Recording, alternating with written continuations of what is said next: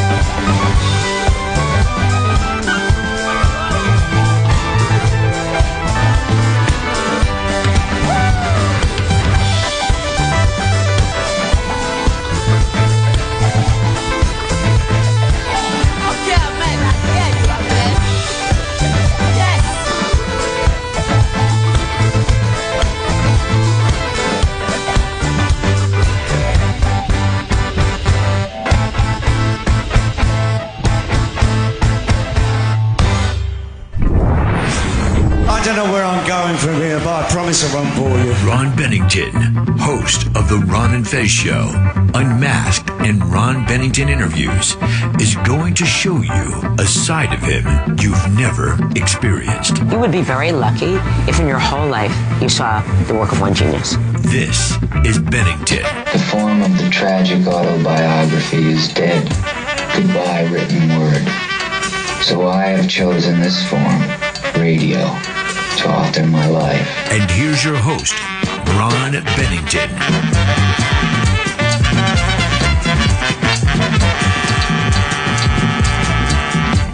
That's a incredibly strange opening. Thank you, Shelbs. Thank you, Chris Stanley. I am Ron Bennington, and this is NPR Jazz playing in the background as I talk right now.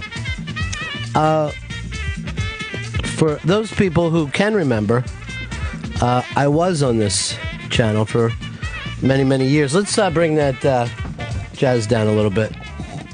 So, not only doing the Ron and Fez show here on this channel, but also doing a lot of things around the office, stuff that needed to be done. And quite frankly, one of my jobs was to monitor Anthony's Twitter. And a couple got past me. I don't know how. Late night stuff, I'm not up all night. A couple got past me. Found myself at Raw Dog after that. Talking with hack comics one after another. Oh, then where are you going to be playing? Oh, great. Where's that? North Carolina? But, God damn it, I'm back. Now, we went through all the shows. Well, actually, you didn't even get all the shows in there, boys, because it started with the Ron and Ron show in Florida, then Ron and Fez, Unmasked, Ron Bennington interviews, all failures. Just a string of failures, decades long, just one after another. And by the way, I'm just going to say this and get it out of the way, and I know I shouldn't defend myself when I'm making amends. I think some of those tweets were acceptable. And boom, I'm saying it. Done. Okay, now I'm back. I'm finally back where I belong. So we wanted to do something different because, God damn it, I've been hanging around radio forever.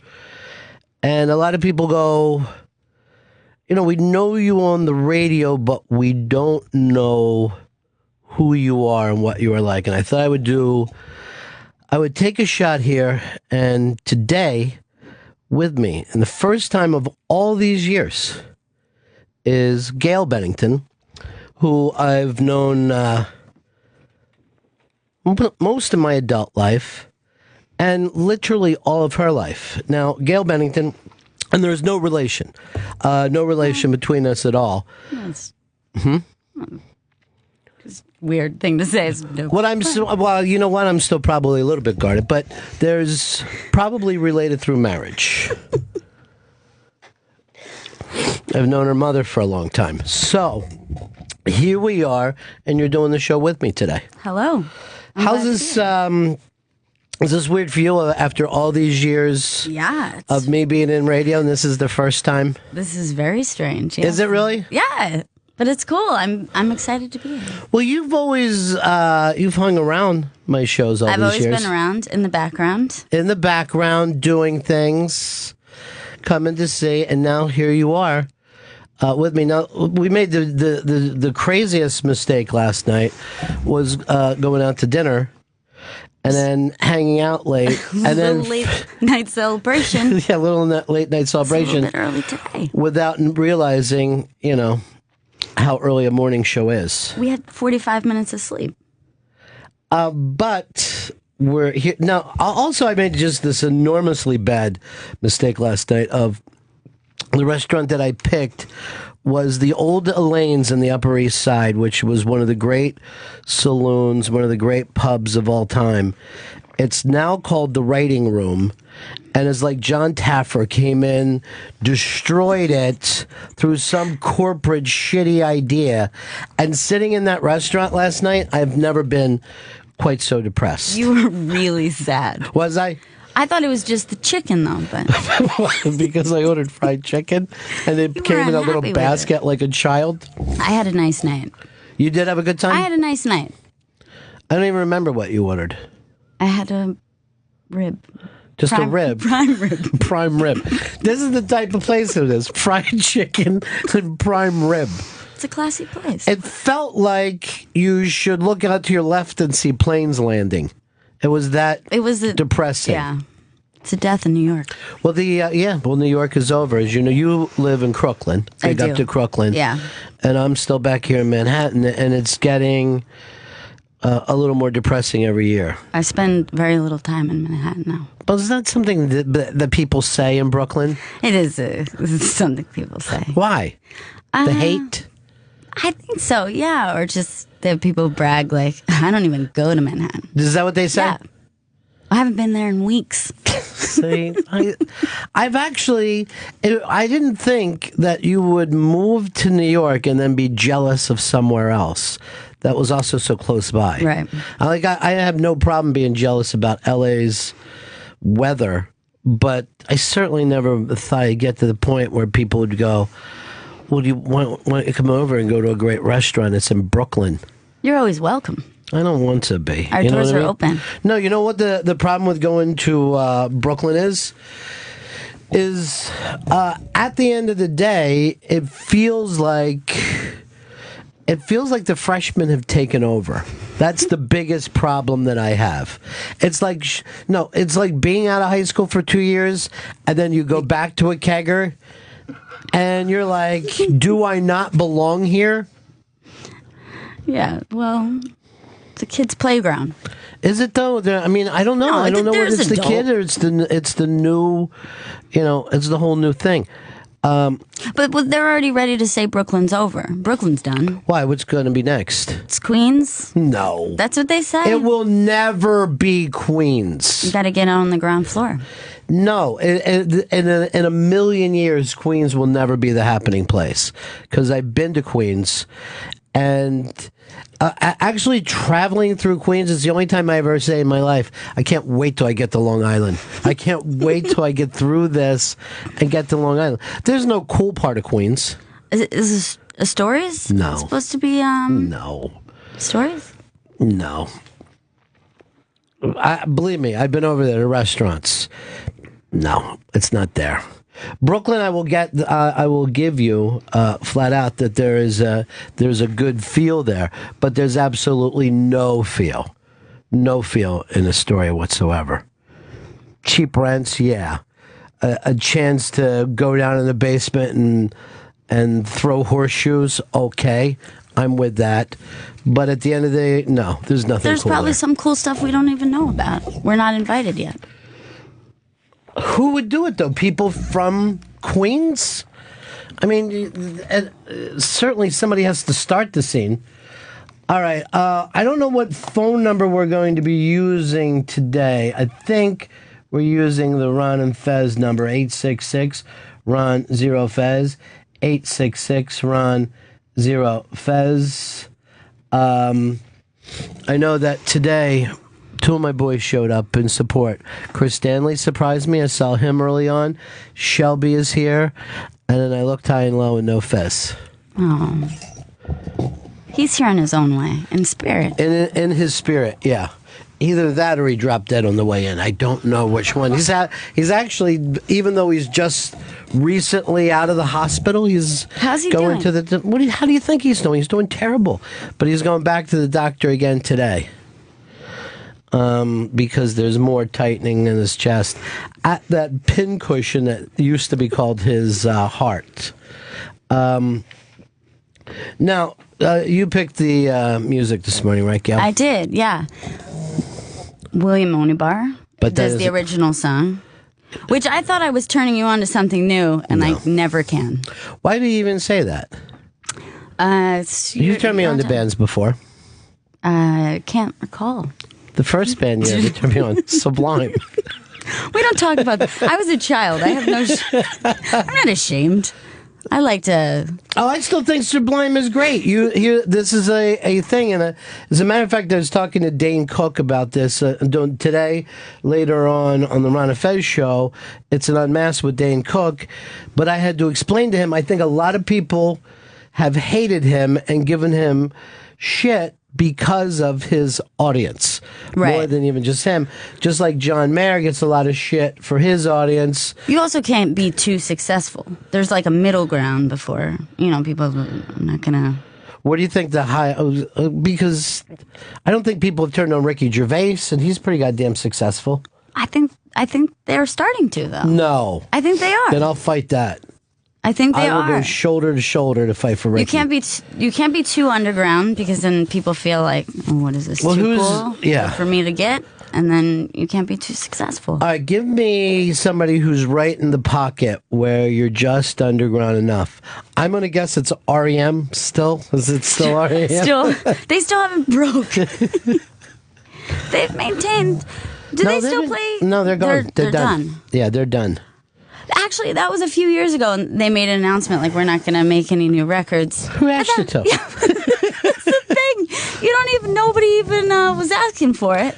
I'm going to put out an announcement. I'm not making any more albums myself.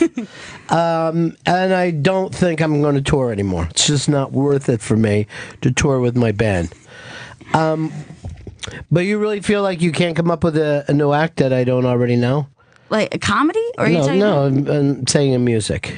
I don't know. It's tricky. I feel like very disconnected musically right now. Well, everybody is because you don't know who to care about. There's no one to care about. And this is one of the reasons why people hate Brooklyn, because they feel like there's bands there that they don't know. Right. And we demand to know who the bands are. And if the hipsters listen to the bands without us, it hurts us very, very much. It hurts really bad to think that someone likes music that you don't know. That's the biggest problem in the world for most people. Me, I like bands that are still in the garage, but they're fighting like they're going to break up. I want bands... Mid-level band, struggling with stardom. The harsh face of stardom. It's a think piece, is what it is. It's a think piece. I can't even remember the last time that I truly fell in love with a band. I know that most of the bands that I like now are like some kind of neo soul. Right. You know what I mean? They're well, that's your scene. Is it my scene? I think so, yeah. I thought my scene was fucking a heroin addicted glam. I thought that's where it all peaked. Who's good and new right now? I mean, I liked Haim. Mm-hmm. I like them, but not Love. I like that album though. That's a good album. I can listen to that album start to finish. But here's the thing: when you say I like an album, that's a lot different than falling in love with an album. That's the way people. That's why people got passionate about music in the first place. Right. That you fall in love with an album so much, it's like it's the new girl in high school. Yeah. And you're just like, I can't even approach this beautiful album. I'm just going to sit next to it. And maybe one day that album will need a pencil or ask me, like, say, hey, do we have a test tomorrow? And I'll be there to save that album. Yes. It might not exist right now. Cheat up. Why wouldn't they exist? What has happened? I don't know. Or maybe I just don't know about it. Yeah, that's the other problem. You used to be able to go onto the radio for music, but now you have to hunt and peck. It's almost like the music scene in America is like the movie The Road, where you're out there with your child and it's dusty and and there's like you find a can and you just stick your knife into it and you try to listen to see if there's a song. You could tell me about a time when music once existed. Oh, yeah. See, I lived there when it was just green and plush with music. Bands would play. Arenas would be filled.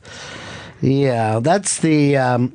but, even then, I know you went out and saw... you've been trying to catch the classic rock people before they die. Yeah. By the way, if you just...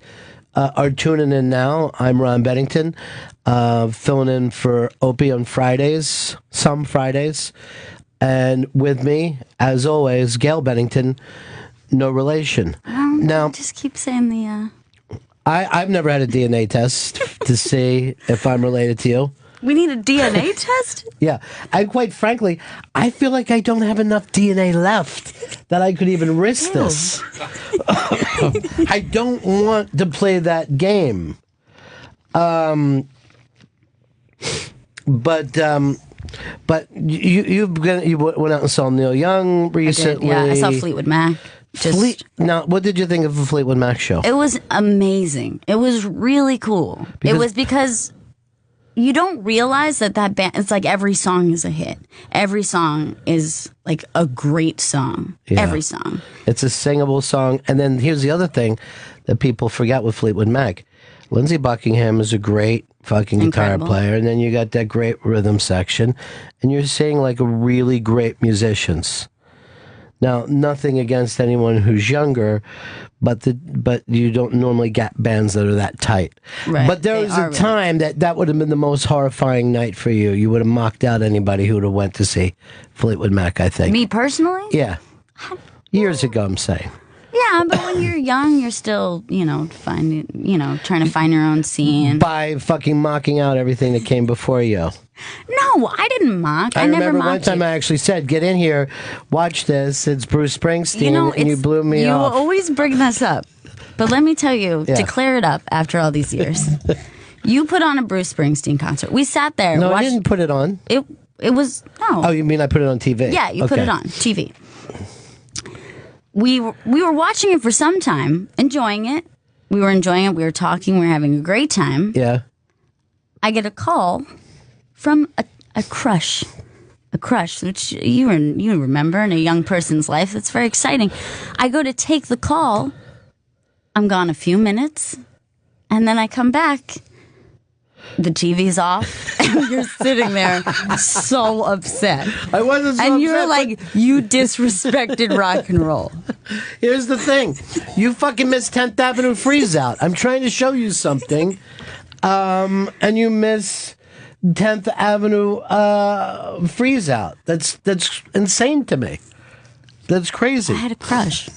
I was a young woman. Well, good. I hope you're happy with it, because I never want you to listen to Springsteen again. Well, it didn't pan out. They never do. They never do. All right, 866 Ron Zero Fez. 866 Ron Zero Fez.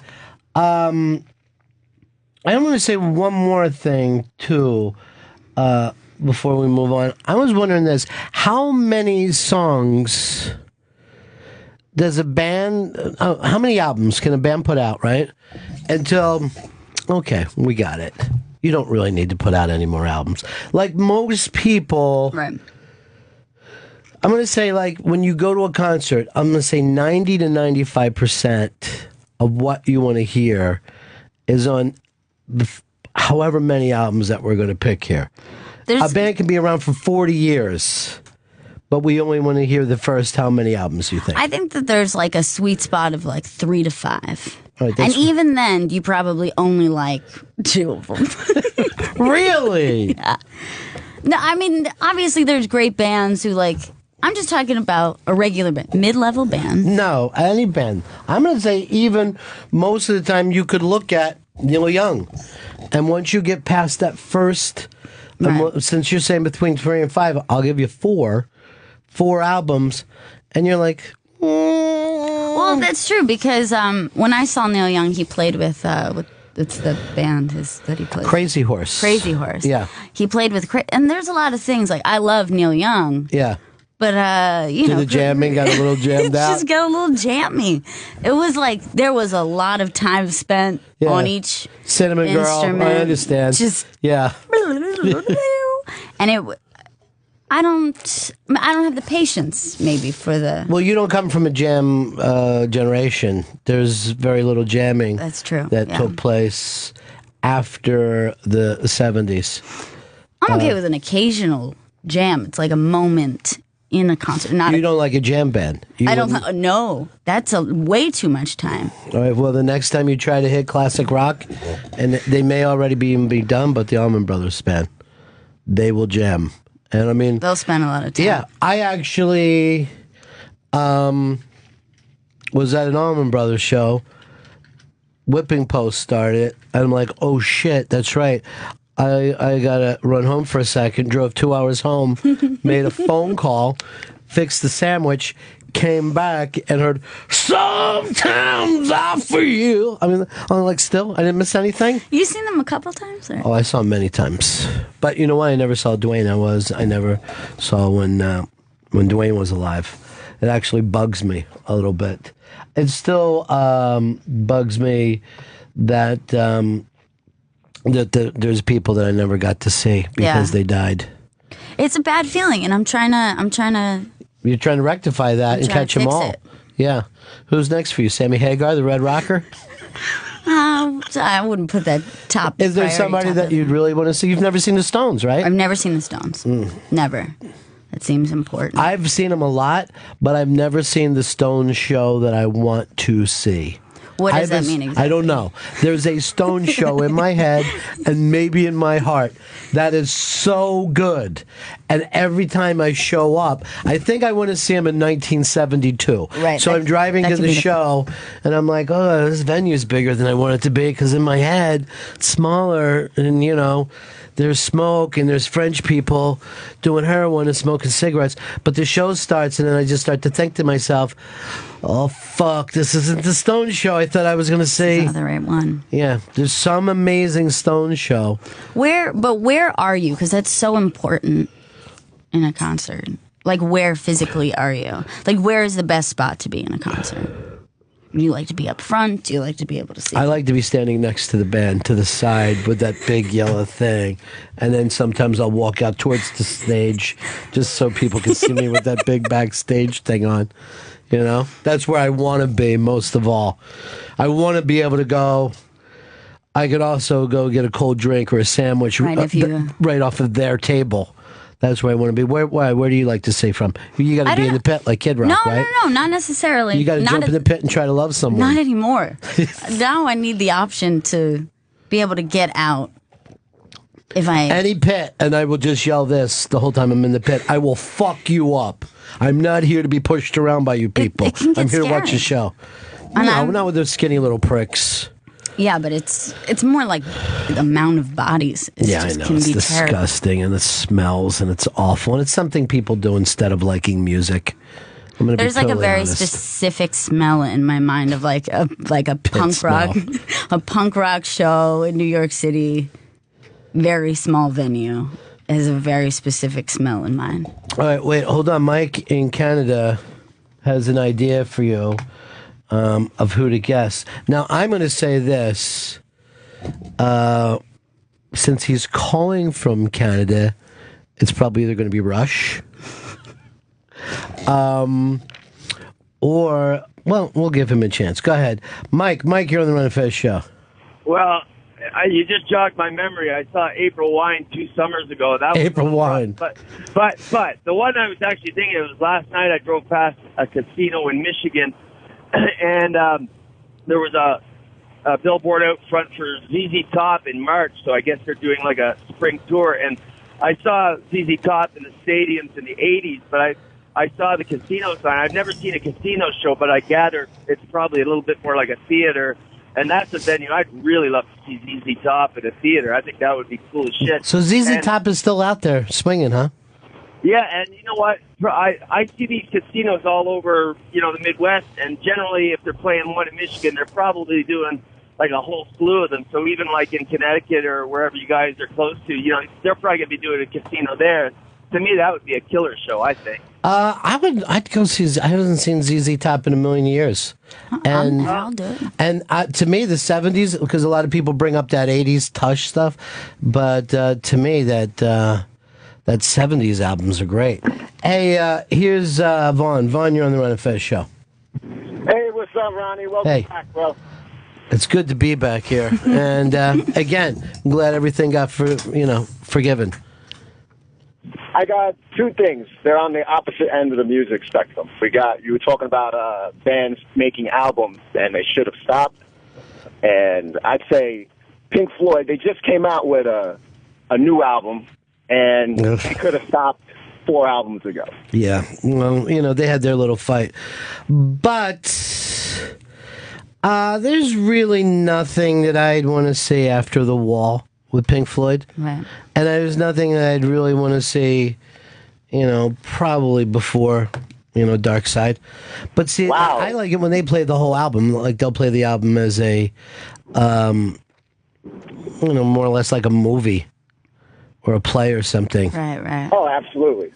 Absolutely. But on the opposite end of that, I'll bring up Jay-Z, where Jay-Z, to me, doesn't have any great albums, but he's responsible for some of the best hip-hop that's been made in the past 20 years. Yeah, I can't imagine sitting there for a Jay-Z's, for a whole Jay-Z thing.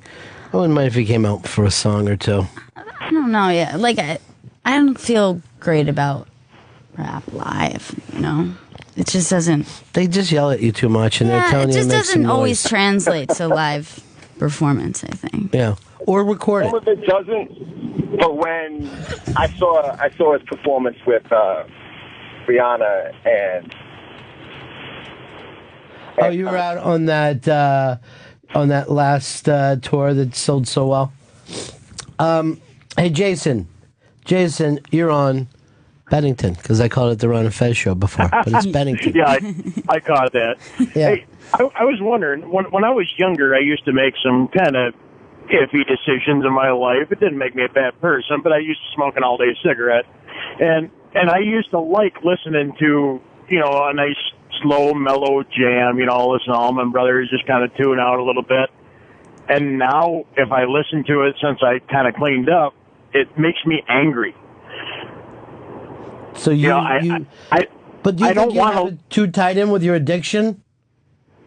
I don't know, and that's why I was kind of wondering did you used to like listening to somebody jamming out, or were you always kind of just tuned out? I will say this: I mean, by the time the drummer starts, I'm done. I'm sure it takes a lot of talent, but I'm sorry, I need some melody. I need a little something to sing along to. And that's what you got the other night, huh? When you went to Fleetwood Mac? It was crazy. It was one after another. Yeah. And it's like you know every song. And that's the thing about Fleetwood Mac. It's just like every song's a hit. Every song is you're ready to sing to. And was there a highlight for you, though? What's that? Was there a highlight for you? There were a couple songs that shocked me. Not even necessarily like my favorite song. Like Little Lies has never been like one of my favorites. But the two of those chicks just going up there. And that's the other thing. Christine's back. And she was gone for a while. Yeah. That's some weird, funky man-girl voice that she's got. It is That's so cool. unique. And so it's unique. still really cool. It's still, she sounds incredible. Yeah. But it's funny too, like they're talking. Like anytime they're grabbing the mic and talking, it's like you can feel a tension there still. Like they feel really connected when they're playing together. But at one point, Stevie starts telling how they got Christine back, and she's like, she called me up, and she's like, oh, can I come back to play with you again? And I'm like, yes, of course you can. You're going to really have to work out, though. It's a workout up here. And you know what? She's been working out since January. And look at her. She looks great. Like, as if to say, she finally worked up to what I've been doing all these years. And I'm just so proud of her. We just really love her. And you could just see her, like, flexing her. Oh, right. yeah. You fucking know. Now I remember why I wasn't with the band. And I said, just come up to par and we'll be happy to have you back. She didn't say that, did she? No. That's so fucking funny, though. If you can get it back, we'd love to have you. I don't see it. I mean, God, I believe in miracles, though. But I'm in this band.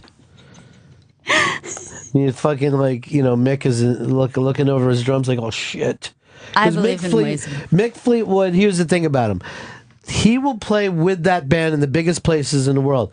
But when they all quit, he'll take 3 fucking homeless fucking people out on the road and call it Fleetwood Mac. I'm sure, yeah. He doesn't give a shit. He was shredding. Yeah. Like, he was just selling it and just, like, he throwing always everything has. out there.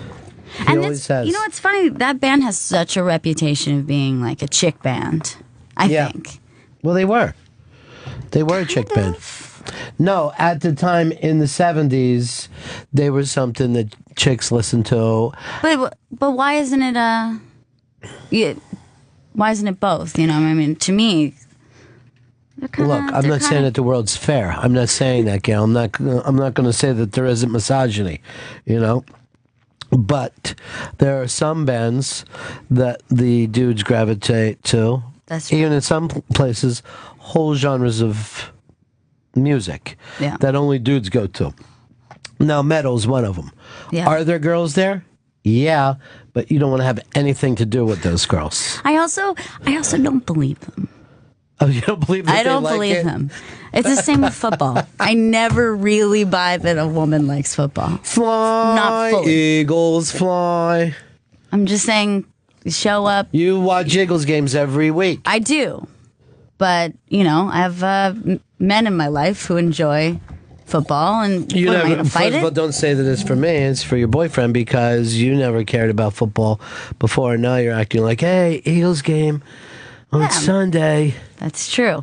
And that's why I don't believe women. So you pretend that you like football. I'm not lying about it, but I'm Yeah. just making the best of a situation. I'm not going to say, let's go for a hike today instead of watch football. Like, I get See, that that- you're into it. I'm going to make an effort to enjoy the things you enjoy. And then you get into it. It's exciting, It's like you get wrapped up into the... Fly, Eagles, fly. Do you use a Philly accent for him? Yeah. What do you say? We talk entirely... Want a hoagie? We eat hoagies. Yeah, exactly. I mean, Want to cook with that hoagie? Go down to the store, get a hoagie. Yeah. Eagles going to kick so much ass. But that's why men are more honest than women. That a man would not fake something for a woman's benefit. Right, but then And women there's are known to fake. but it's not. There's not. Maybe it's not faking so much. It is like just Adapting? adapting. Yeah. Adapting is a good word for faking. I'm not faking that. You're I'm in a fake enjoying- relationship right now. Everything is lies. Here's the thing, though. He knows that you really don't care about the game and you're just faking it for him. But he's like, that's great. Yeah, That's he good. appreciates it, and Yeah. we get into it. It's fun. Hey, Doug, you're on the Ron and Fez show. Hey, man, how's it going? Good. Hey, I think what's wrong with music these days is a combination of a few things, a bunch of things maybe. It's a combination of corporate interests pushing only There's very stuff little that they think will corporations sell. left that can make And money off music. They can't. Well, and another thing is lack of talent and the fact that they don't put out full albums like that are good, like every song, like the girl was saying, like she could listen to like every song that hit. It's like one or two songs. This is the hit songs, and then the rest are throwaways. And But it was always like that. It was like that from the beginning. Albums, here's the thing about albums. They weren't even big until maybe the mid-'60s, and then they ran until somewhere into the 90s. Little Steven from that band that you refused to watch that night because the phone rang. And by the way, I feel like you broke kayfabe on our family by giving that story away. I thought you were setting me up for it. No, you went too far. And, there should be some privacy that I can expect here. This should be a safe place for me as well. But little Steven said to me, 64 to, Kurt Cobain killed himself. What was that, 93, 94? And that was it. That was the end of what everybody really thought of as album rock. Right. Anything that happened on any side of that is done. Because, go ahead. This fella, Yeah. had a point about it. It is not the same environment for music anymore. Well, you can't. You don't have all the money. Right. If, like, the Eagles had, like, a year to make Hotel California, Pink Floyd making Dark Side went into that studio and fucked around forever. No one can afford to do that anymore because, and I'm not trying to blame your generation for everything, but you steal music. You go on your computer and you basically break into a record store and steal albums, and then you're surprised that the whole thing died. But is that where it started? Was the stealing of the music? I mean... Well, when you say this thing has no value anymore, yeah, I think everyone said, yeah, I guess there's no value to it whatsoever. It has nothing. You've taken it away.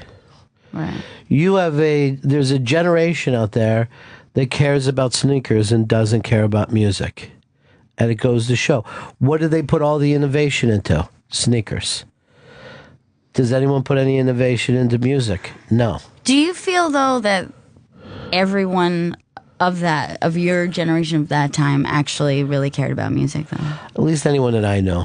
Right. Anyone that I know, I think. But there still had to be a majority of. It's not like everyone was cool. I mean, there was still going to be a majority of people who were. I don't know who they were though, but there was enough people that the music could sustain.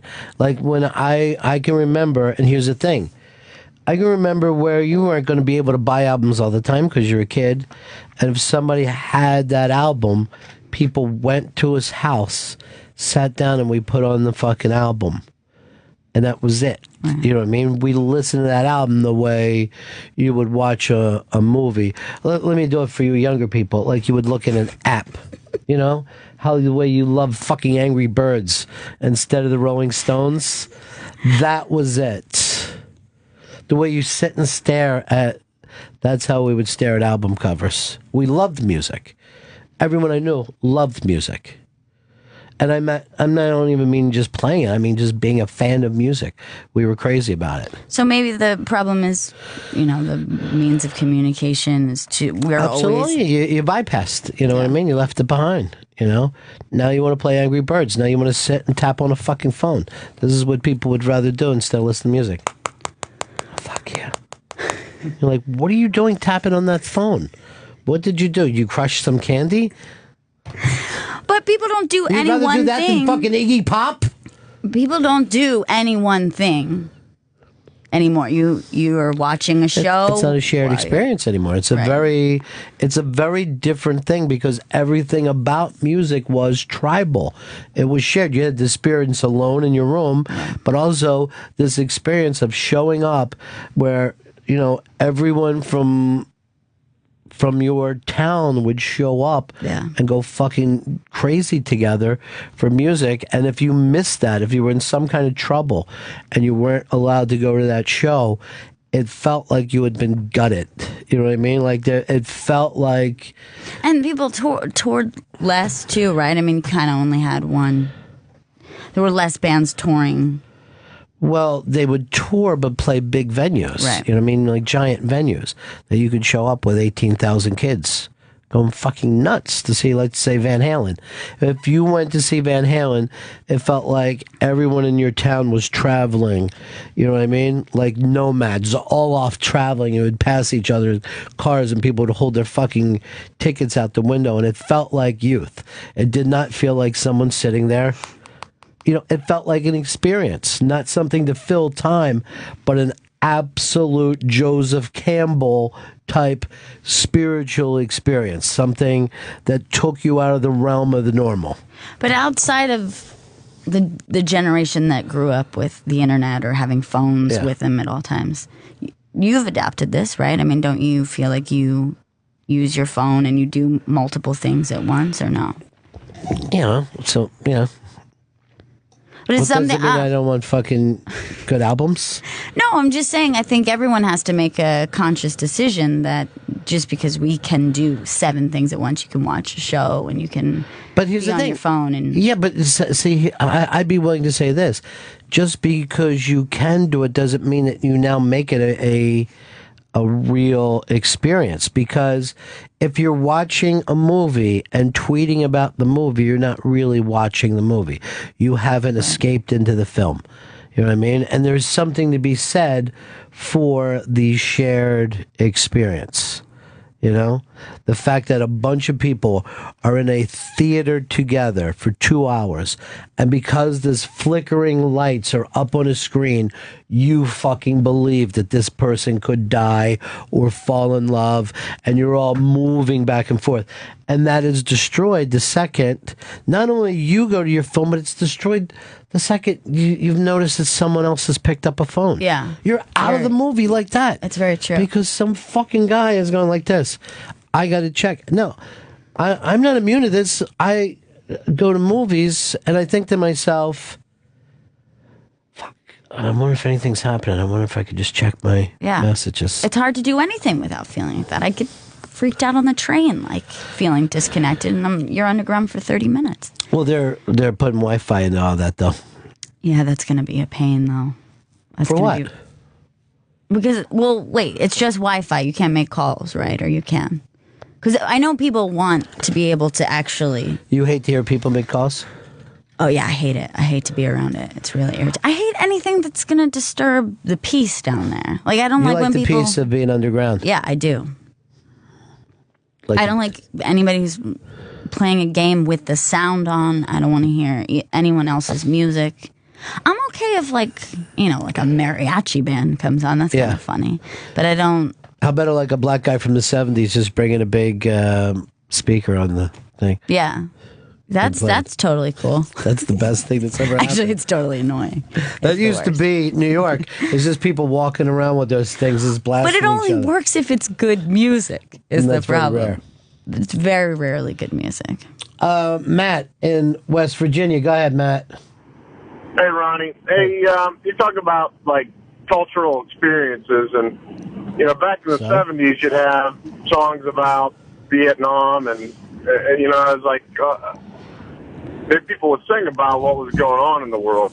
I just kind of wonder what your take was on, you know, the country's been at war for the last, 10 or 15 years, and why do you think that's something that they don't talk about here's the thing. anymore? First of all, Green Day put out an entire album about it. Right. There's been so many anti-war songs that are out there that you can look for. They're just... You're not being exposed to them because you don't have radio stations playing that. Exactly. You know, there's really very few new rock stations around the country. Yeah. But yes, there's been tons of anti-war songs written. There has been. And we were actually talking about this last night because it does feel maybe like less so than during the Bush era. That maybe the Bush era was making maybe the creative minds a little bit more angry, and it fired them up in a way. Yeah. But right now we're in such a weird time where it's like... Do the country guys turn around? Do they write anti-Obama thing? That would be great, though. Just country guys writing anti-Obama Not like stuff. the anti-war songs, because now it's... We ain't fighting your war. You know, just get really fucking into it and a big thing. But I don't know. Again, you have to remember something. There was a shared during the anti-war era. There was a shared feeling with the youth, and I don't even know if you had that during this whole thing. Because one thing that they learned from Vietnam, and they learned it very well, is never draft again. You know what I mean? That Bush did not draft because, not that he couldn't have used those people, because he could have. He didn't draft because he didn't want the fucking blowback. Exactly. He didn't want to suddenly wake up these, ADD kids that are taking whatever fucking pills they need to take, because they would go like this: wait, what? Draft? I'm against war. Actually, I hate it. I hate it very much. This is the worst. I want nothing to do with it. All right, this is odd. Hashtag Bennington is trending right now. So that's odd. And, is that in the United States of America? But I am Ron Bennington. With me, Gail Bennington, no relation. It's not true. And yet, I think we do know a lot of the same people. We have some mutual friends. Yeah. I know your brother. You right? I think that's it. Oh, I met your mom. Yeah, you know my mom. Yeah. So, her. but we thought we'd hang out together. And you know what's really funny? And I said that I was going to show myself to be less guarded, but I don't think this is any less guarded than any other show I've ever done. It's a process. Is it a process? We're easing into it. I don't even know if I am guarded. I'm not even sure I would consider me that. I think you're guarded, yes. Really? Yeah. I have to be. But at the same time, it's good to have a private life. People need a private life. That seems funny to hear from somebody who says they're addicted to their phone. I'm not addicted to sharing things about myself, though. Hello, everybody. I'm here on Foursquare. But that's something I could never use. I didn't even get into that for a second. I don't want people to know where I am. I'm terrified. I think about if I'm going out at night, I'm already going through my head who could possibly be there, and is it worth bumping into these people? I don't want anyone to know where I am. I don't know why somebody would want to know where someone's eating. Well, I like to be mayor of things. I like to be mayor of Fridays. That was from Foursquare? Yeah, it's Foursquare. You could do that. Bunny. Go ahead, Bunny. You're on Bennington. Hashtag Bennington. Oh, gosh. This is like watching history happen right here. It really is, isn't it? Yeah, it's so awesome. I'm so glad you took my call. I know it's your job. It is. But I just want to say I'm falling in love with your daughter, and I hope that's okay. I love your voice, and thank you. Really love the chemistry with your dad. And I think it might be your dad. The most bizarre fucking call of my career. You might want to get a test. He may have met your daughter at some carnival or something when she was younger. So. Okay. Anyway, I just wanted to spread some love, and you guys are trending, not just because of your dad, but because of you too, Gail. So I just wanted you to know. That's very weird. That's very weird. Here's Tom, New York City. Tom. Hey, Bennington. Hey. A couple of things. Benningtons, I guess I should say. A couple of things. First of all, it's funny to hear Gail say something along the lines of, well, just because we can do 7 things at once. Well, if you're doing 7 things at once, are you really even doing one of them, with your whole heart or your whole being? Good point. So that's just It's one weird observation. because And the other thing I no wanted one to say, Ron, acts like they like the concept, and yet everyone does it.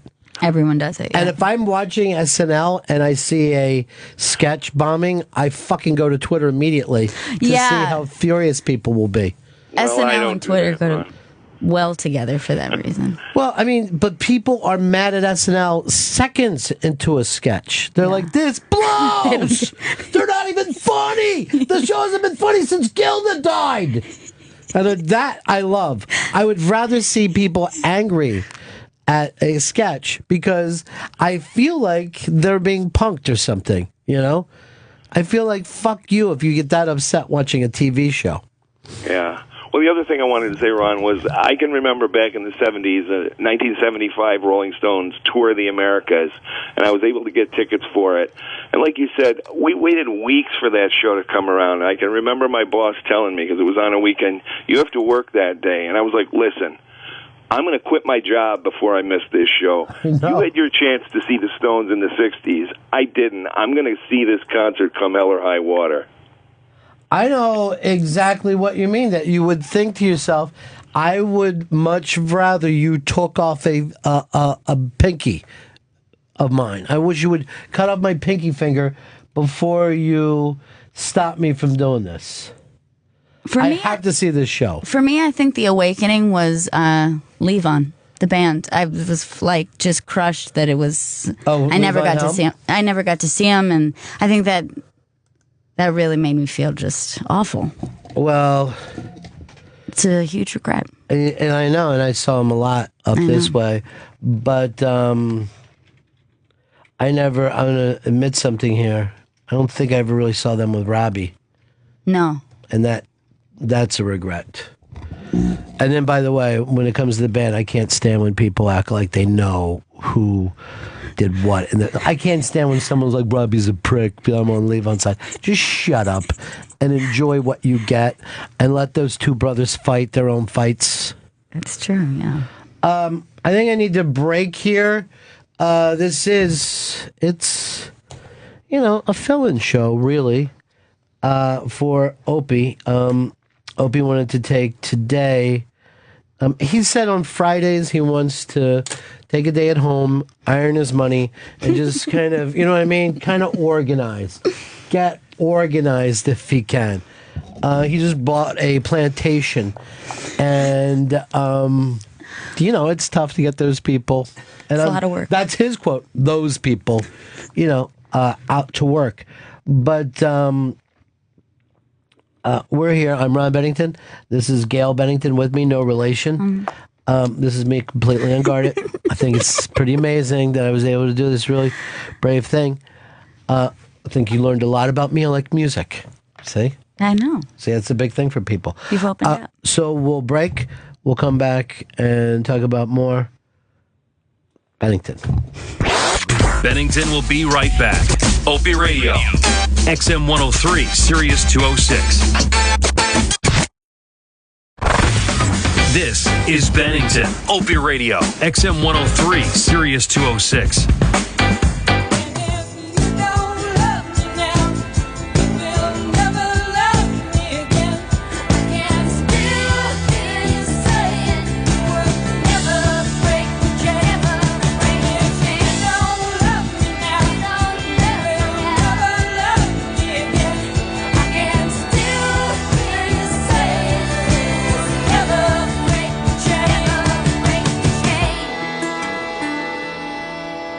Yeah, buddies. It is Bennington, a brand new show with two people with the same last name. A lot of people are saying to me, you sound amazingly mature for someone that's either 3 or 5. I forgot that I'm the perfect age. It's the perfect age to have kids, 3 and 5, because they're big enough to wrestle with, but not so big that they get mouthy. I'm starting to form my own opinions. Yeah. Starting to wonder about stuff. Like, how come there's a Santa Claus in every store? Exactly. Yeah. And the top of my head is still really soft. Well, that's your fontanelle. That's your little fontanelle. Yeah. You got to watch careful with that because that fits into your brain. Oddly, hashtag Bennington is trending number 3 in the United States of America without us even asking for it. So the Twitter people, out strong. Way to go. Wow. Very, very cool. And then some other people are being annoying because they're writing to me and saying that you have a better radio voice than I do. And that's your only time on the radio.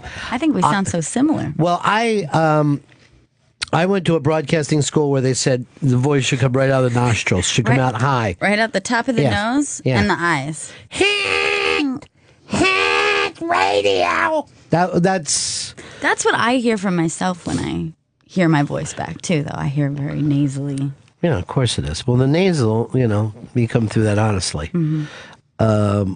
But I did not. I am the first generation who did not fake voice on the radio or fake name.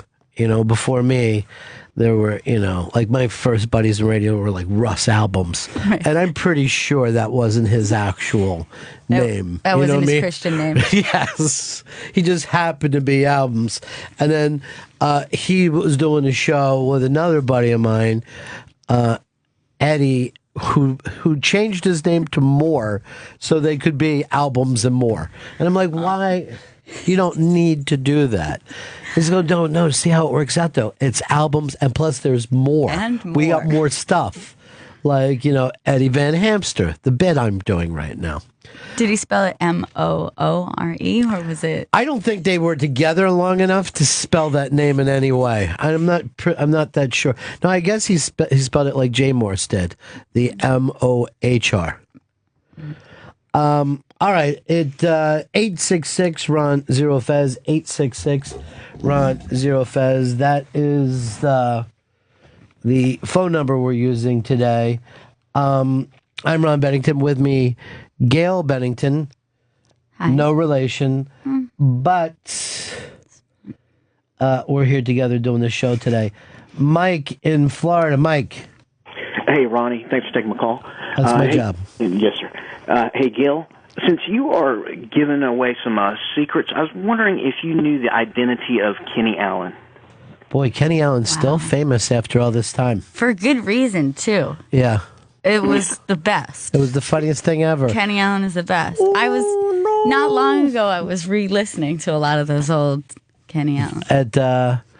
From WNEW? Yeah, just so the... What was your favorite ever? Because a lot of the people listening here never listened when I was on WNEW. There was a really great Thanksgiving one. Yeah, we play that every Thanksgiving. The same one. Yeah. They were all great. I do know the identity. Do you really? I do. Keep it from me because I don't want you to find to know. out I'll never tell who that guy is. Talk about guarded. He makes me look like Mr. You know what I mean? He makes me look like I'm a goddamn glad-hander down on the corner asking people to vote for me. Very guarded. Yeah. It's going so far to living a secret life. Hey, Frank in Jersey. Frank in Jersey. Go ahead, buddy. Gail mentioned something before where when she goes out, she doesn't want anyone to know where she goes. And years ago, that was possible. When there were no cell phones, Ronnie, and when we were going out as young, adults, teens, you just left your house and you didn't have a worry in the world. Your parents couldn't get in touch with you. Nothing. No one could say you've got to get home now. You were just gone. Exactly. And you could break plans with friends. You're supposed to meet them at a certain time and you just don't show up. Or you're supposed to meet your girlfriend at 11 and you don't show up. And then you just come up with some excuse the next morning, You can't do that today. You cannot do anything like calls, that. You'll be getting texts and phone calls all night long. Where are you? I know your phone is working, all of that stuff, How did you find anyone, though? If you wanted to meet up with people? You had to swing by Locust Hill School where everybody was in the parking lot and go, where's the party? There would be certain places. So that's the idea. You have X amount of places that young people could be anyway. Yeah. Party at the Moon Tower. You would get the word out. Party at the Moon Tower was that movie was perfect for the way life worked then. That people would be mobile, knowing that there was a couple spots to talk, and then you would hear it's, we're all going to be here. But the other weird thing about it is, and my parents were now saying, I was talking to them not too long ago, and how weirded out they are thinking about, I'm not saying that they're calling themselves bad parents, but they realize how off the fucking chain they were. When I was 17, me and my friend drove a car across the country. It was my brother's car, right? And we honestly partied the entire way across the country. In the car, I guess it was a 5-day DUI. Yeah, Berkey. Yeah, it was my friend Berkey. Take it easy, Clarky.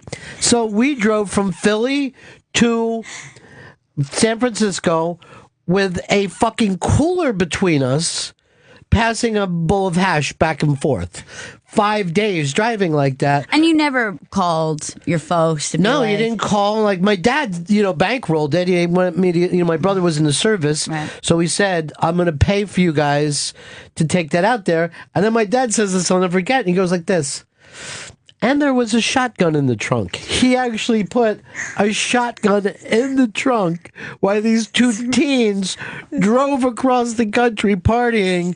It's bad parenting. Now, it does come across seeming that way. But even when we were in high school and I would go down the beach for a week, we would just say, I'll see you. I'm going to be back here.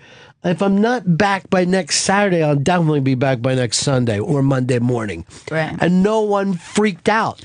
And now, if you can't reach it, even adults. Right. If you can't reach an adult by text, now we've faked ourselves out that we're unsafe. I'm in a complete panic if I don't hear from you within a certain amount of time. And you're a grown man. Yeah. And you existed years before I did. With a shotgun in the trunk. But that's the funny thing. You will worry up to the point that you're supposed to worry. Now, I actually have this feeling. This is, I think, the original. No, I know it. I believe this in my heart. What made this country so freaked out is cable news. Pre-cable news, kids went out and played on their own. After CNN, people started to make play dates for the children so they could watch the children. I would have died if my mother sat there and watched me and my friends play. It would have been humiliating.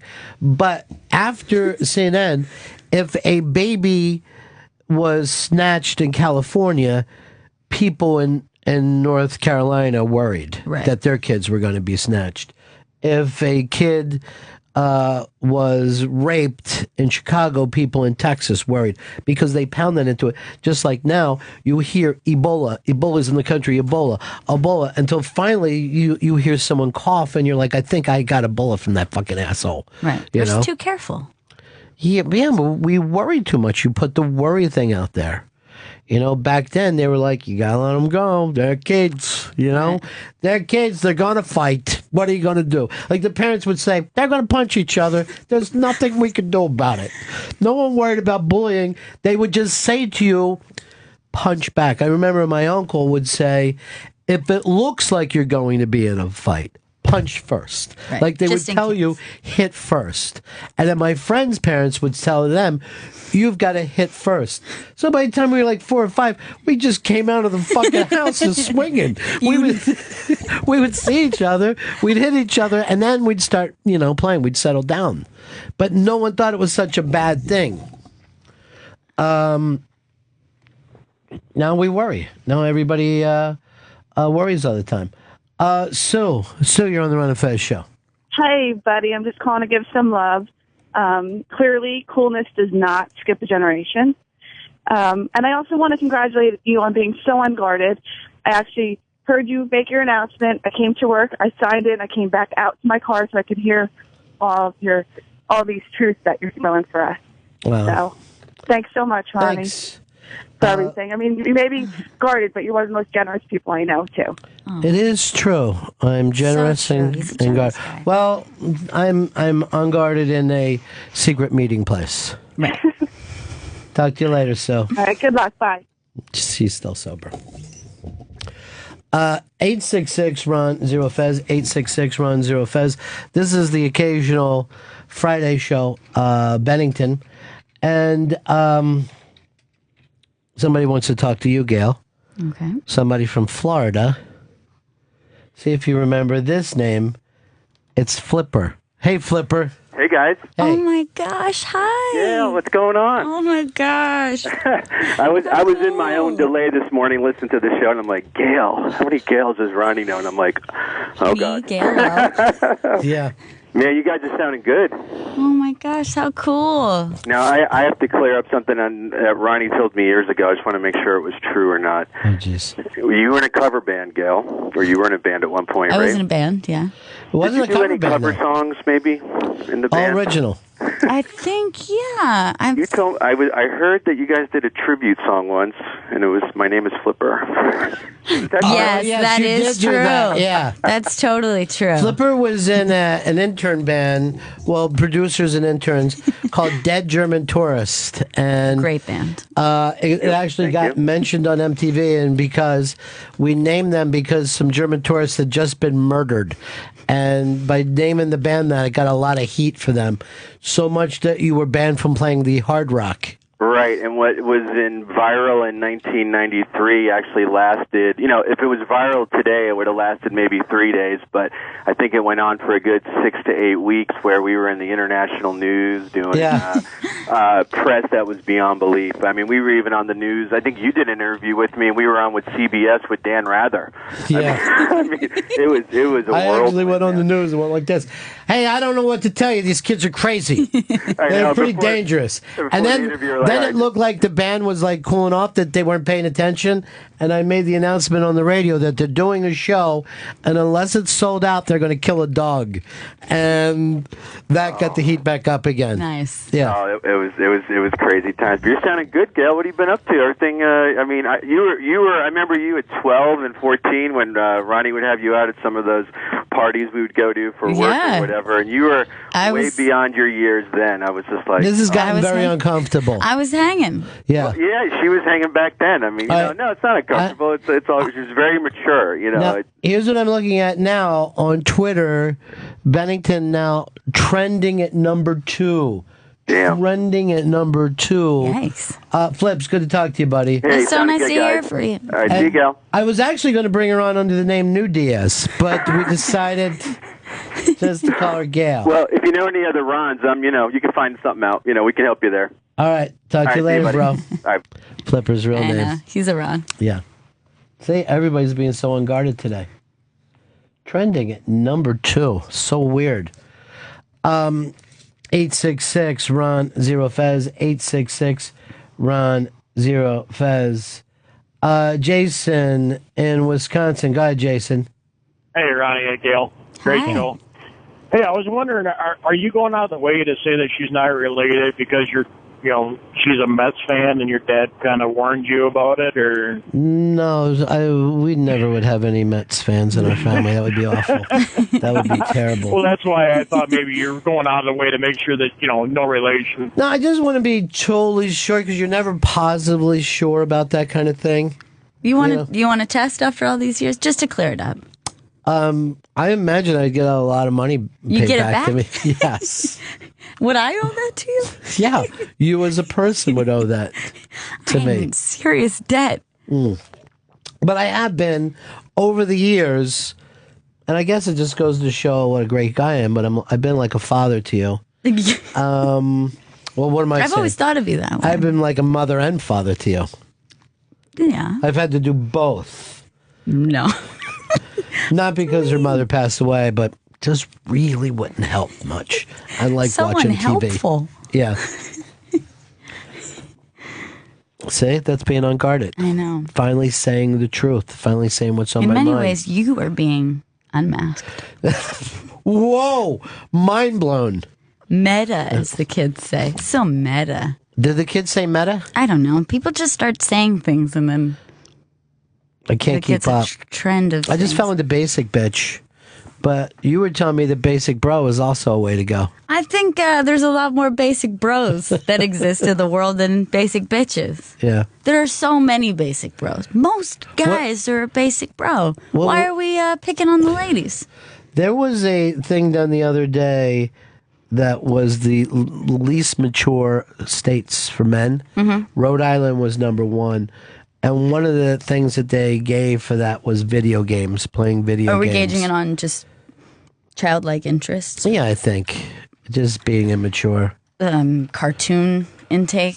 Yeah, a lot of adults watch cartoons. More adults, because look, fucking Adult Swim doesn't even come out until night. And not even like animated shows for adults, which is something else. That's a different thing. Literally shows that are made for children are watched by adults. I didn't know that. See, I loved making fun of people who watch cartoons until I watched Bob's Burgers, and I think that's fucking hysterical. An animated show for adults. For adults. Oh, I didn't even know. Right? Maybe. Yeah. Maybe. I think I would have liked it if I was a kid, though. Lou, you're on the Ron and Fez show. Hey, Ronnie B. Thank you for taking my call. That's my job. I just wanted to comment on what you were saying with how music is just dying out, and even parties. I think it kind of is the same thing. Just technology is overtaking music and parties. I mean, you can't.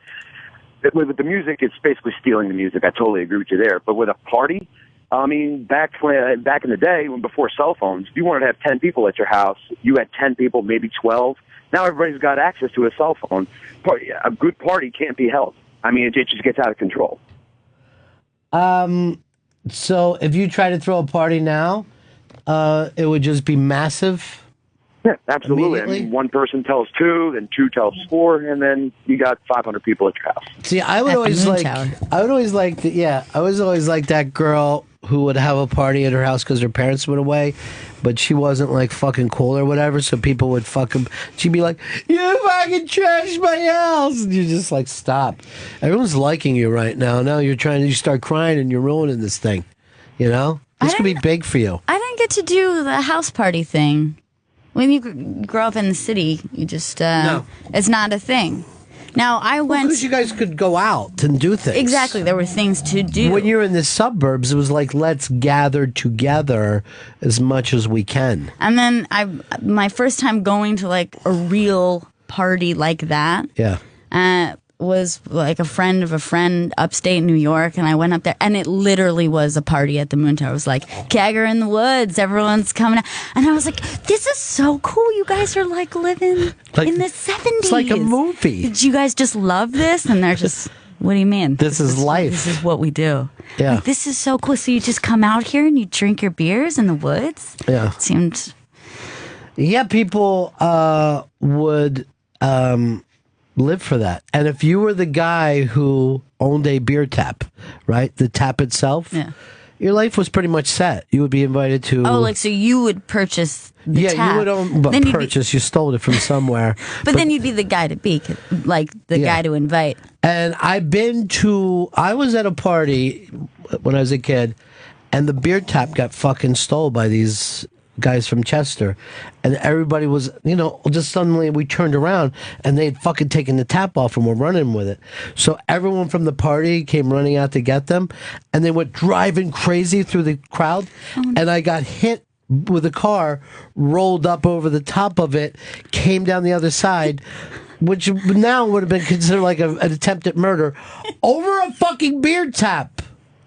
You should have let it go. You shouldn't have dove in. Never dawned on me that it was worth a fucking hit and run.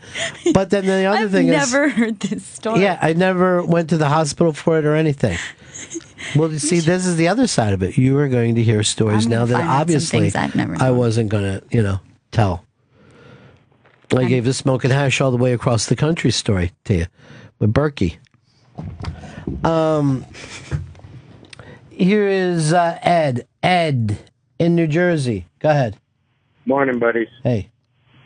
I just wanted to comment about even the current cartoons on Cartoon Network actually kind of cater to adults as well. I think because, if parents are watching or adults are watching as well, they also have these subliminal messages or jokes that I feel like kids wouldn't really understand. Yeah, but, Bugs Bunny was the same way. Yeah, Sesame Street did that when I was a kid, right? Like, they always had jokes or, that kids wouldn't really understand. Yeah, or parodies of... I'm going to say Rebel L was Rebel probably... L was my favorite Sesame's. Yeah.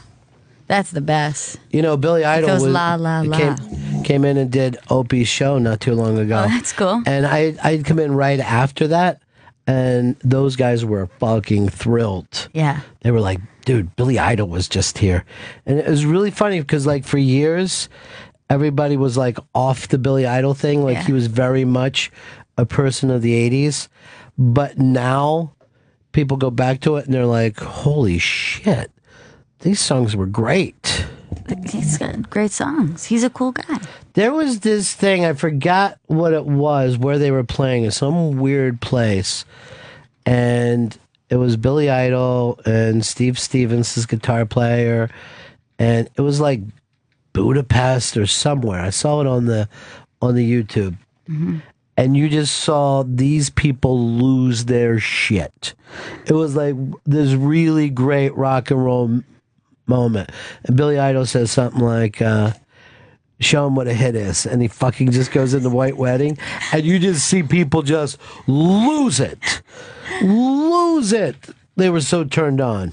866 Ron Zero Fez. 866 Ron Zero Fez.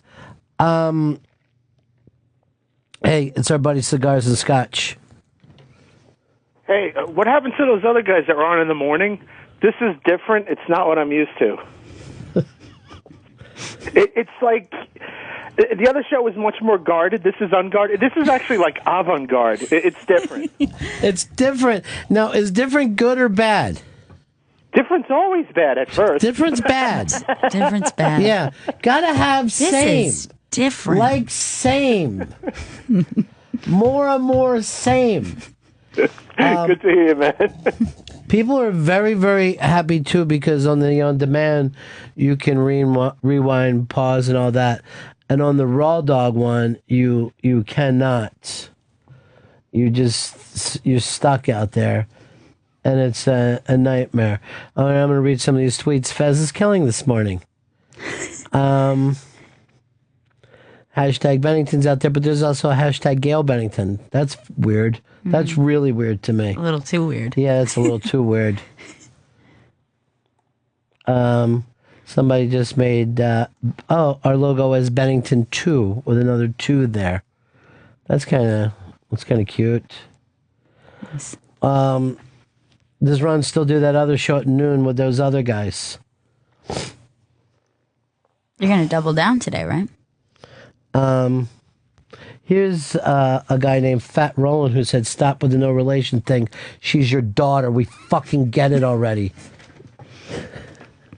It's really bothering everyone. Yeah, it is. Well, at least this guy disrespectful. named Fat Roland. Bill Meek says, "What was that opening song? That might be the best song I ever heard." Well, this was a guy that we were talking about. He was an African kind of funk guy, right? Yeah, exactly. Nigerian funk What was artist. his name? William Onibar. And then they did some tribute to him. Yeah, like they re-released his songs. I guess that was this year, right? Like earlier this year, they re-released his songs, and who toured with David Byrne? David Byrne had something. I don't know if he brought it forward, but he definitely was like touring around with a band playing But his what songs. happened to the actual guy? Died? That he's alive. Oh, he's still alive. But it's something. Somebody made a documentary or something, or somebody did a special. Maybe it was like Vice or something like that. I didn't see it. I was late to getting into it. Way late. Really excited to tell you about it. Yeah. And you're like, yeah, I know that. Yeah, I didn't know that. What about movies? Is there any movie that you ever turned me on to? That you ever said, "Oh, here's a movie"? Yeah, I have a very strong memory of sitting you down and being like, "You need to watch this movie," and it was Bottle Rocket. Oh, that is correct. And I put it off at first, right? Yeah. Well, yeah, but the thing was, we had just watched it. Me. Yeah. And my brother. I can say that, right? Yeah, you can say whatever you want. You can say whatever you want. We went to Blockbuster Video and rented it, and then brought it home, and just me and him. You were like really little kids. Yeah, we were young. And we sat in my bedroom watching it. We couldn't even get through the first like 2 minutes because we thought it was so funny. We kept rewinding. It's like he's like looking out. He, gives him the wave, like, here I am, and like being all like militant and trying to get him out of there. You guys found that So hysterical. we were crying, laughing. Yeah. We watched it all the way through, ejected the tape, and then brought it out to you. Like, we want you to watch it. Like, we had just finished watching it. We have a film we'd like you to see. We were so excited, and you were not about to watch it, but then. And then I put it in, and then I was all happy.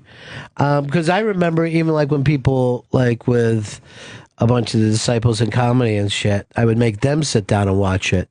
You know what I mean? I was like, that was that film that you were like, I'm going to watch you watch the film. Right. Was what you would do to Are people. you laughing at all the right Laugh spots? right there. Listen. Watch. There it is, this right? part. Is that fucking excellent? Is this the funniest thing you've ever seen?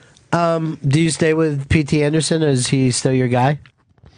Wes Anderson. Fuck, why did I get those two confused? It's the Anderson. Oh, yeah, It's the no Andersons. relation. No. But the... I stick with both of them, for the record. Yeah, I will never miss a film by either one of those guys. I'll go out to see it. That being said, I forgot to go see the last Wes Anderson. I still have to see that. Are you crazy? Because it's really good. I feel really bad about it. But that's like the first one I've missed in the theater in a very long time. Yeah, I go to see him right in the theater. The Inherent Vice is the new Paul Thomas Anderson. Yeah, what do you think of that? I haven't seen it yet. I could have went and saw it at the New York Film Festival. No, but you've seen the trailer, right? I mean, yeah, but I try not to watch trailers with the people that I really love the most. Yeah, because you're already sold. You don't need to. Yeah, I'm watch already a sold. trailer. I'm in. I want to be surprised. I don't want to say anything. I don't read anything about movies. I refuse to read any reviews. I don't want to know anything about it. I'm not even that interested in reading it after the fact. Is that right? It's just you don't want to sit and talk about movies with people. I want to talk about movies with people I like, but not just any. Yeah, like I'm not always so interested in what somebody's take was on. I'm gonna give you a name. I want you to write it down. His name is Jermaine Lassier, and he is a writer for Slash Film. Slash Film. Yeah, and he loves film. I'll just read, here's some of his reviews. This movie's so good, it blew my balls off. Okay? Okay. And this one Sounds just good. said, just jizzed in my face of awesomeness. Wow. That's how he feels about film. He's crazy about it. Is it every review like that? Every review. He loves everything? He's never given a bad review to anybody. I think he's coming in to do my show again soon.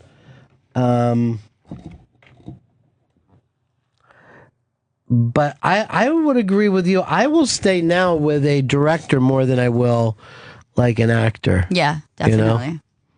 You have a couple directors that you trust, like Paul Thomas Anderson. I bet I at least got a half dozen. I got a half dozen that I'll try to make sure I get around to seeing everything that they ever do. Right. Wes Anderson, Paul Thomas Anderson. I'm still Woody Allen. I know that pisses a lot of people off. I don't care. I don't think there's anything wrong with that. You don't even think he did anything, right? No, I didn't say that. You think it's fine that he did it? I don't want to say that it's fine that he did it. Yeah. I think for some reason, and it's not with all things, I'm able to separate. That's those terrible. Two things. Why? You do that. No, I do it, but I don't say it out loud. I just say I don't think he did it, and then I feel better in my ignorance. I know that he did it, but I still like his movie. I would step over him molesting a child just to see Annie Hall again. Although when now you rewatch something like Annie Hall or Manhattan, it makes you very uncomfortable. There's so many seeds planted there. Where it's like, is that Manhattan or Annie Hall where his friend's like, I got 2 14-year-old twins. And you're like, we didn't have a red flag go up then? We didn't think this guy might... Back then, it wasn't considered all of that a red flag. Is that true? Yeah. I was just talking about to someone about this, that there's a lot of films in the 70s and 80s where there's reference to a character having a relationship with an underage girl, and that character is not a villain. Mm-mm. Maybe it's not the main character, but it's just like a friend, or it's... I can't think of another example, but it does come up. It came up a lot more. Yeah, because it was something that took place. Yeah, that's what I was wondering. Because like college professors used to sleep with the students back then, and it wasn't even illegal. You know what I mean? Or even like immoral, where you could get in trouble with the school. It wasn't a fireable offense, you think? Yeah. No, it was up until what happened is when they started to raise the prices for college so high that people went in debt. Right. Then the parents said, okay, but now you can't sleep with our kids. All right? You can have this money then. Because people used to go off on their own and go to college at 18. Right. You wouldn't say, me and my parents are coming here and we're seeing what this humongous debt is going to be. Right. People would just drive off. Like somebody back then could say to themselves, you know what? I think I want to go to school in Colorado and then drive to the school and sign up. And just come up and say, I'm here for school. Here. Now I'm signing up for some classes.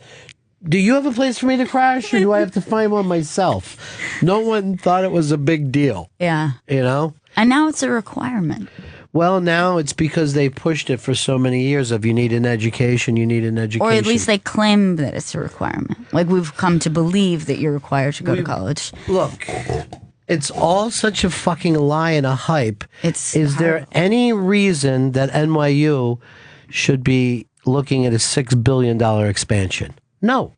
You're not supposed to make money with a college. Yeah. You're also not supposed to take these college kids. I got interns working here, and they're like, I really got to get a job. You know, this is my last semester. I'm $180,000 in debt. It's scary. And I'm like, that's fucking stupid, dude. Yeah. That's dumb. But it's because you're dumb. They've been You're not smart in college. You're dumb in college. They've been told since they were in middle school, this is what you have to do. That's another big difference. When I was a kid, this is a true story. A kid in my school went to college, and we all went to the train station to wave goodbye to him. It was like a big thing. We were all like playing it. There he goes. I'm off to Dartmouth, everybody. See you soon. Then we went, one day he'll own a car. But, you know, it wasn't that big a deal. Most people, you know, they basically thought, why would I go to college? I can go down and work in a factory and make some money and get married immediately. They bring up college to like elementary school kids, like middle school kids. In middle school, people were telling you can't pull this shit in college. So this, you know what I mean? I know. Are you going to do this in college? It's a long way We're away. still ranked number 2. Just 2? That's it? To rank? I'm going to read you some of the tweets, though, for hashtag Bennington. Just the nice ones. See if yes, just the nice ones. Why would I read the bad ones? Friday's just got so much better. Hashtag Bennington. How the hell am I supposed to go to work? Hashtag Bennington. Legends go by one name. Hashtag Bennington. Be honest. Be hashtag Bennington. I'll have my eggs. Hashtag Bennington. Collect call from Got Here Okay. Hashtag Bennington. That's one of the things that I used to do with my parents. So I would just do, yes, I got a collect call from Sam Got Here Okay. Oh, they won't accept the charges? All right, fine. I'm up early to hear. Hashtag Bennington. I don't get up at 5 a.m. for just anyone. They must have been in the Midwest. There can never be too much tuna. But there can never be too much hashtag Bennington. Too much tuna. I love hashtag Bennington. I would say she's a chip off the old block, but there's no proof that they are related. We don't have the tests. Well, we never had the test done. The only thing better than hearing hashtag Bennington on the radio is hearing 2 Benningtons. Outstanding. This is weird. What's this feeling my radio is giving me? Love, life, and hashtag Bennington. These are really nice. Yeah, they are nice. Really thoughtful. You know why? First show. That's when they're nice. Kind to you. Hashtag Bennington is great. Her dad isn't bad either.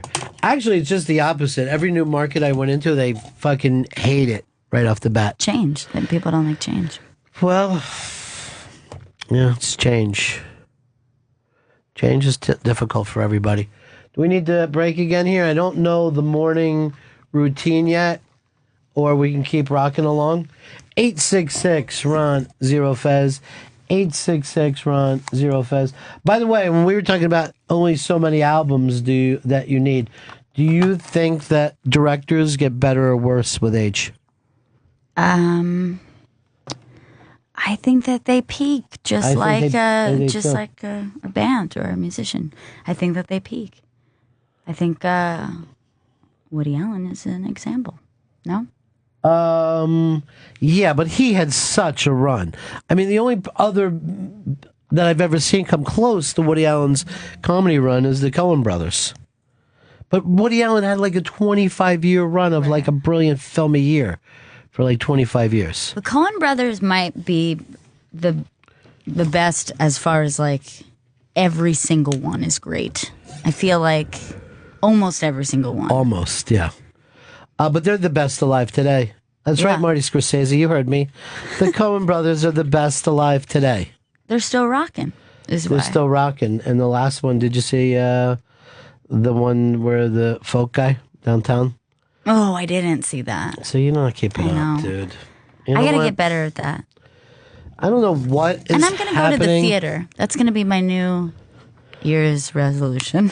We're not even close to New Year's. But I celebrate it in the fall as my new year. I've always thought of the fall as You know the new why? year. School. School. New Year's school. I think I never got over school. It's the new year. It's a new year. It's a new time. That's It's the why this wicked time- new year. That's why, for me, I would think to myself always, it's even now. I want to go out and get new magic markers for the new year. I never owned them in my life.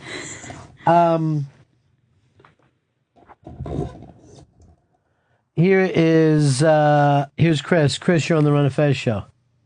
Hi, going back to what you were talking about with older movies and underage relationships, in Raiders of the Lost Ark, it alluded that Marion was 12, 13 when she had a relationship with Indy, because she says it was about 10 years ago, and she's 22, 23 in the movie. That's creepy. Yeah, she said I was a kid or whatever. That's and he really is, or at least seemed a hell of a lot older than him. Yeah.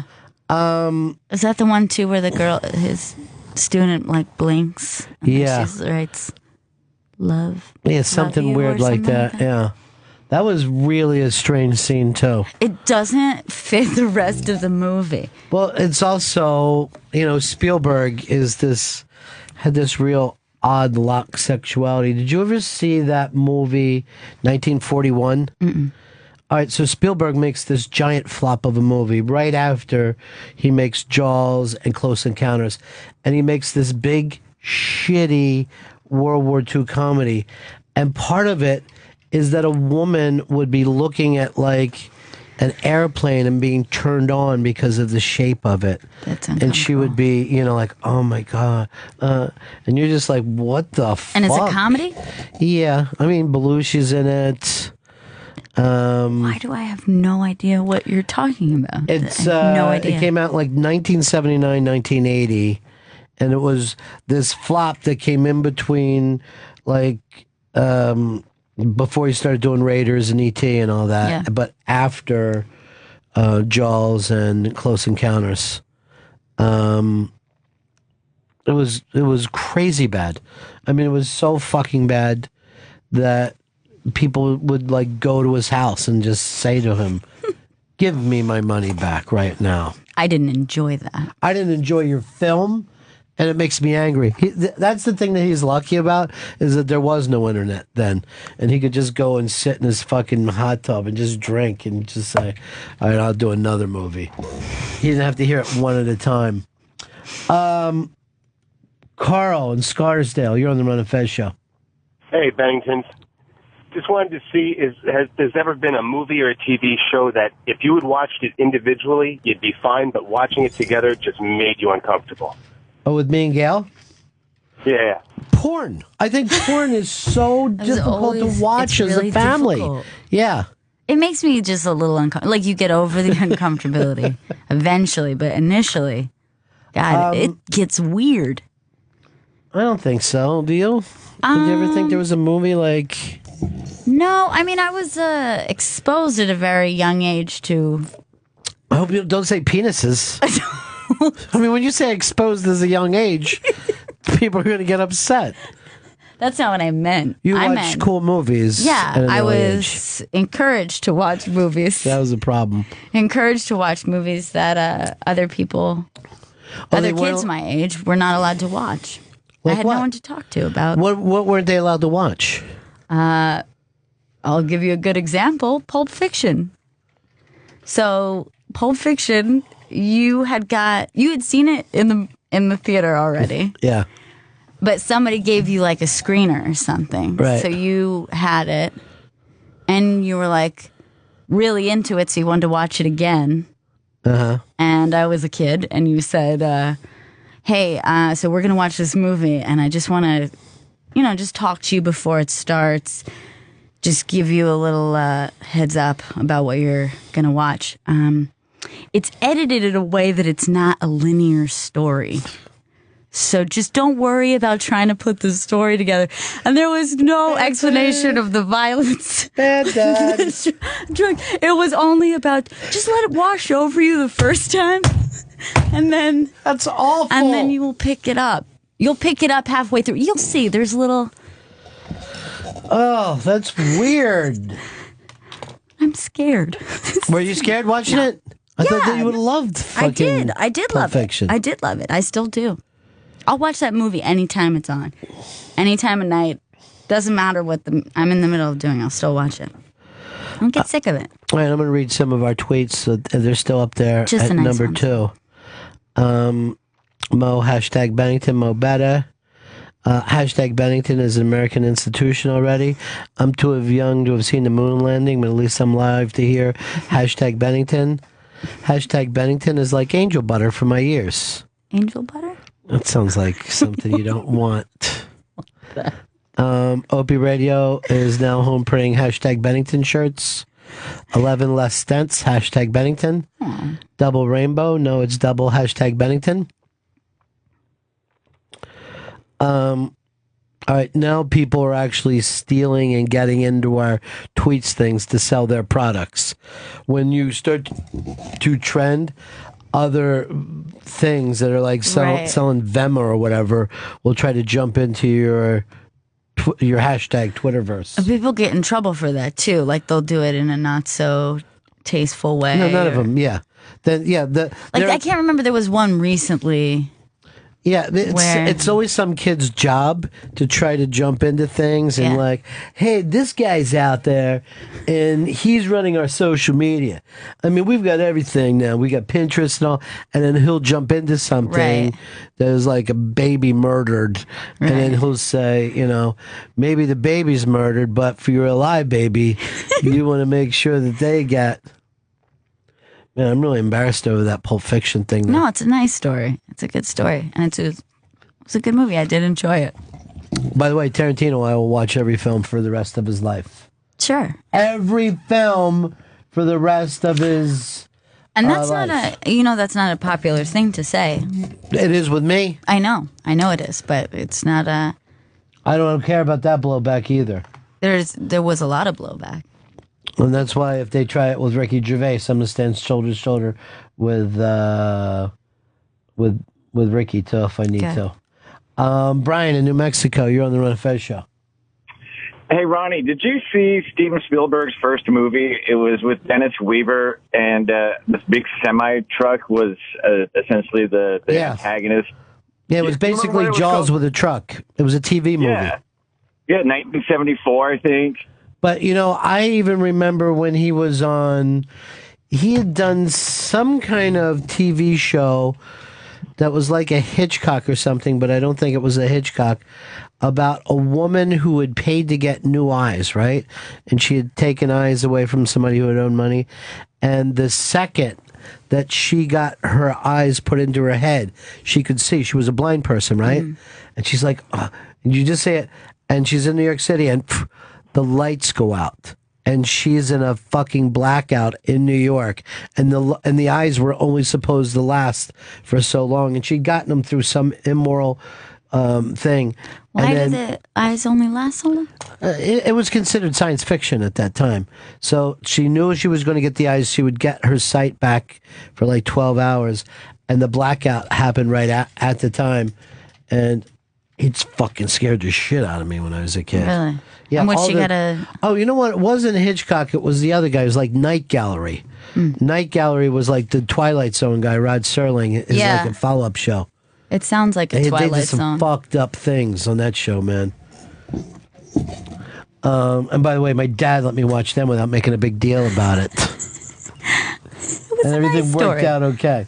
It was a nice story. I know, but, that's the thing. When you do what you can.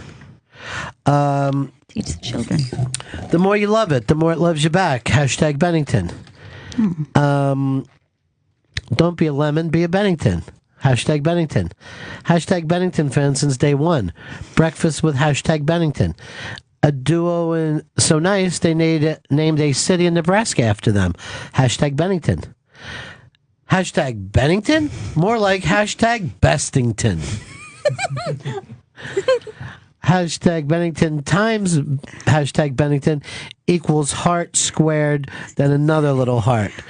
Gary Spivey predicted this day would come. Hashtag Bennington. I believe he did. I love my dad, but he doesn't have 5 radio shows. Hashtag Bennington. I only have 4 radio shows. But Poor current.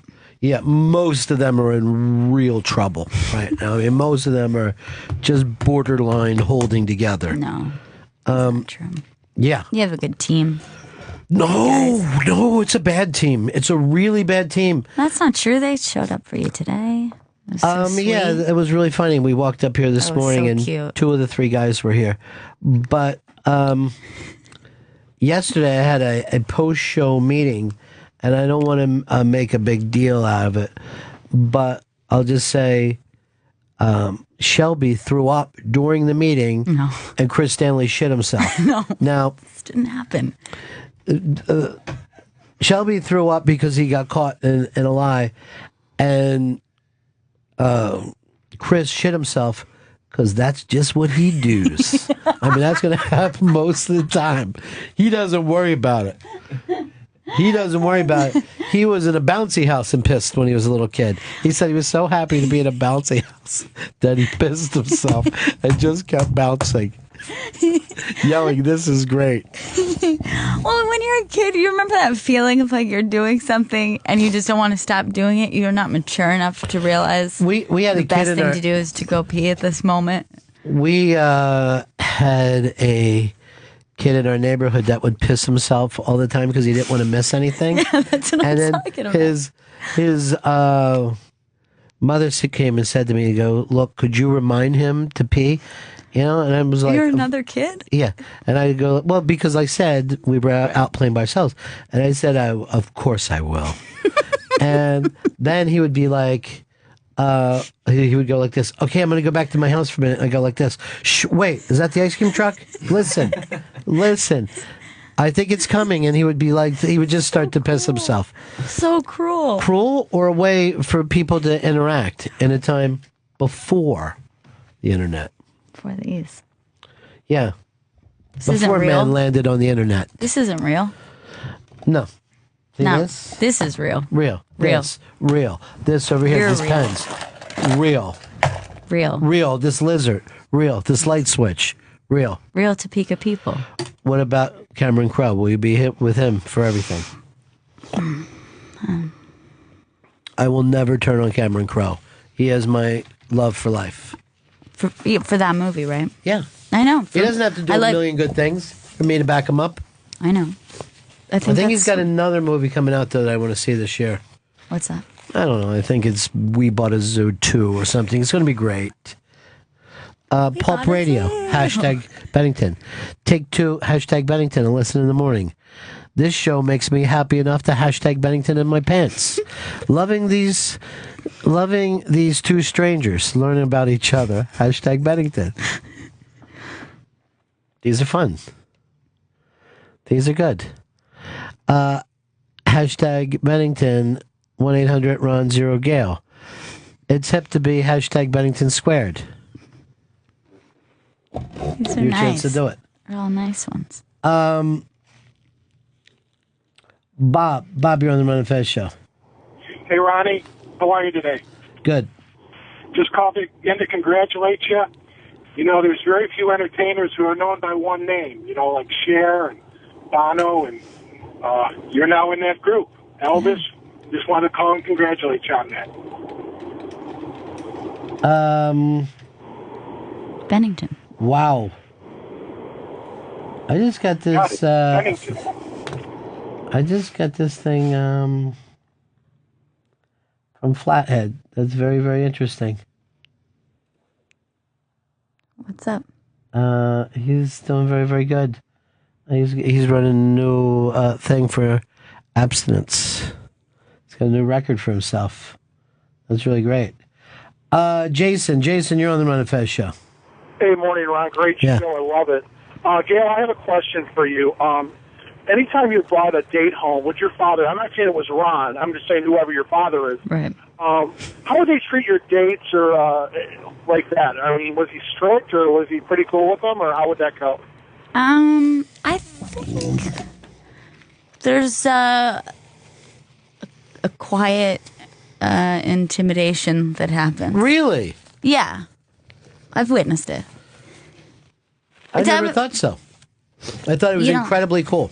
You were cool, but Yeah. I think that you had to also establish, and you do it with just a look, presence.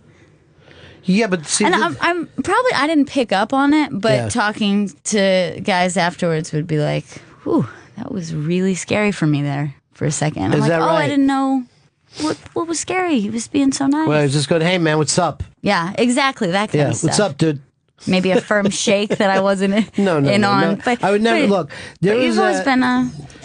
Well, see, I'm going to give my thing on that is that you cannot, and I know this from like before, you were old enough to date or anything, from having sisters, that you cannot exert your will over women because it won't work. It's and it's really people, because when it comes to matters of the heart, Mm-hmm. I think it's a very dangerous game to wedge yourself between. You can only stand outside and say, let's see how this plays out. I hope they wake up to what they're doing wrong. Right. You know? But the second somebody starts saying, you know, your girlfriend is not okay, your boyfriend isn't okay, I have a problem with your husband, you're asking for a divide between you and that person. Yeah. And it's very dangerous when it's, I think, a parent-child relationship. No, you're right. You know? You're right. You've kind of Look, got to they just showed our street. It's sitting right up front on TV while we're doing this. Is this for? But I never thought I went out of my way to do that. But yeah, I mean, I would. But that thing that you're saying, I probably would do with any man, no matter what the circumstances. Right. That's true. That I think you probably have to establish a little dominance. Well, I don't think it has to be dominance, but I think it has to be. Here's a place. You know what I mean? Right. This is not a good, you know, thing to deal with. It's better to be friendly. Let's be friendly. Yeah, let's be friendly and not be fucking assholes. We are still at hashtag number 2 has stayed up all day, which, by the way, It's really on the Ron and Fez show, we've hashtag trended many times, but never for the entire length of the show. It normally just be like a joke thing that we do, and then it drops back down again. Yeah, that's cool. Yeah, it is really, really weird and cool. Hey, Garrison, you're on the Ron and Fez show. Yeah, Ron, I know you're known, or not exactly known for being an early riser. I was just going to work out for you doing this, 2 shows back to back, getting up. I mean, when the long intro started, was that about the time your alarm clock went off, or? I'm not a morning person, but I just was talking with Don Wicklin, and I'm also going to start doing a live midnight show. So it's starting to look good. I'm looking over the clock, and I'm starting to be able to fill everything in. Just get it all. Just stay on the air. Just stay on the air, dude. A lot of coffee. Still on the air. Making things happen. We're going to break here.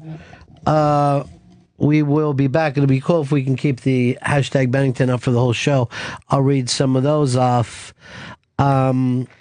And look, here's the thing. I found out some stuff. So I didn't know that anybody said that was weird or intense. Yeah. It's a good thing. Not our guy now, though, right? No. That's the most comfortable I've ever been with. I know. You really like him. Well, That's he's cool. from the right city. You know what I mean? He's from the correct city and roots for all the right teams. Exactly. I mean, some of those dunces, what could I fucking tell you? That's fair. It's more than fair. But I was always cool. You were always cool. Right back, 866 Ron 0 Fez. It's Bennington. Bennington will be right back. Opie Radio, XM 103, Sirius 206. This is Bennington, Opie Radio, XM 103, Sirius 206.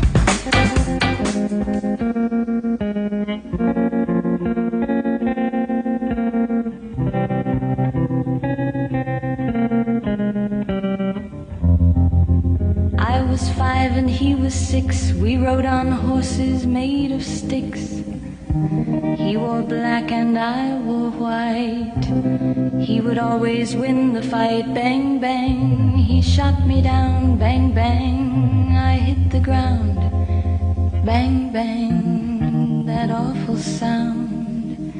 Bang, bang, my baby shot me down.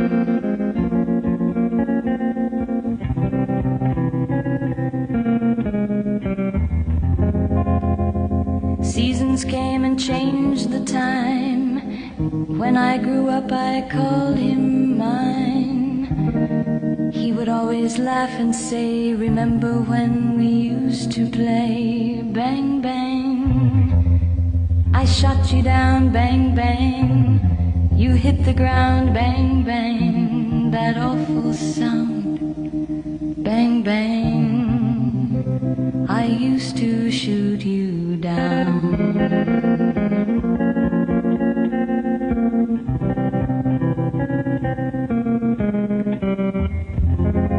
Music played and people sang. Just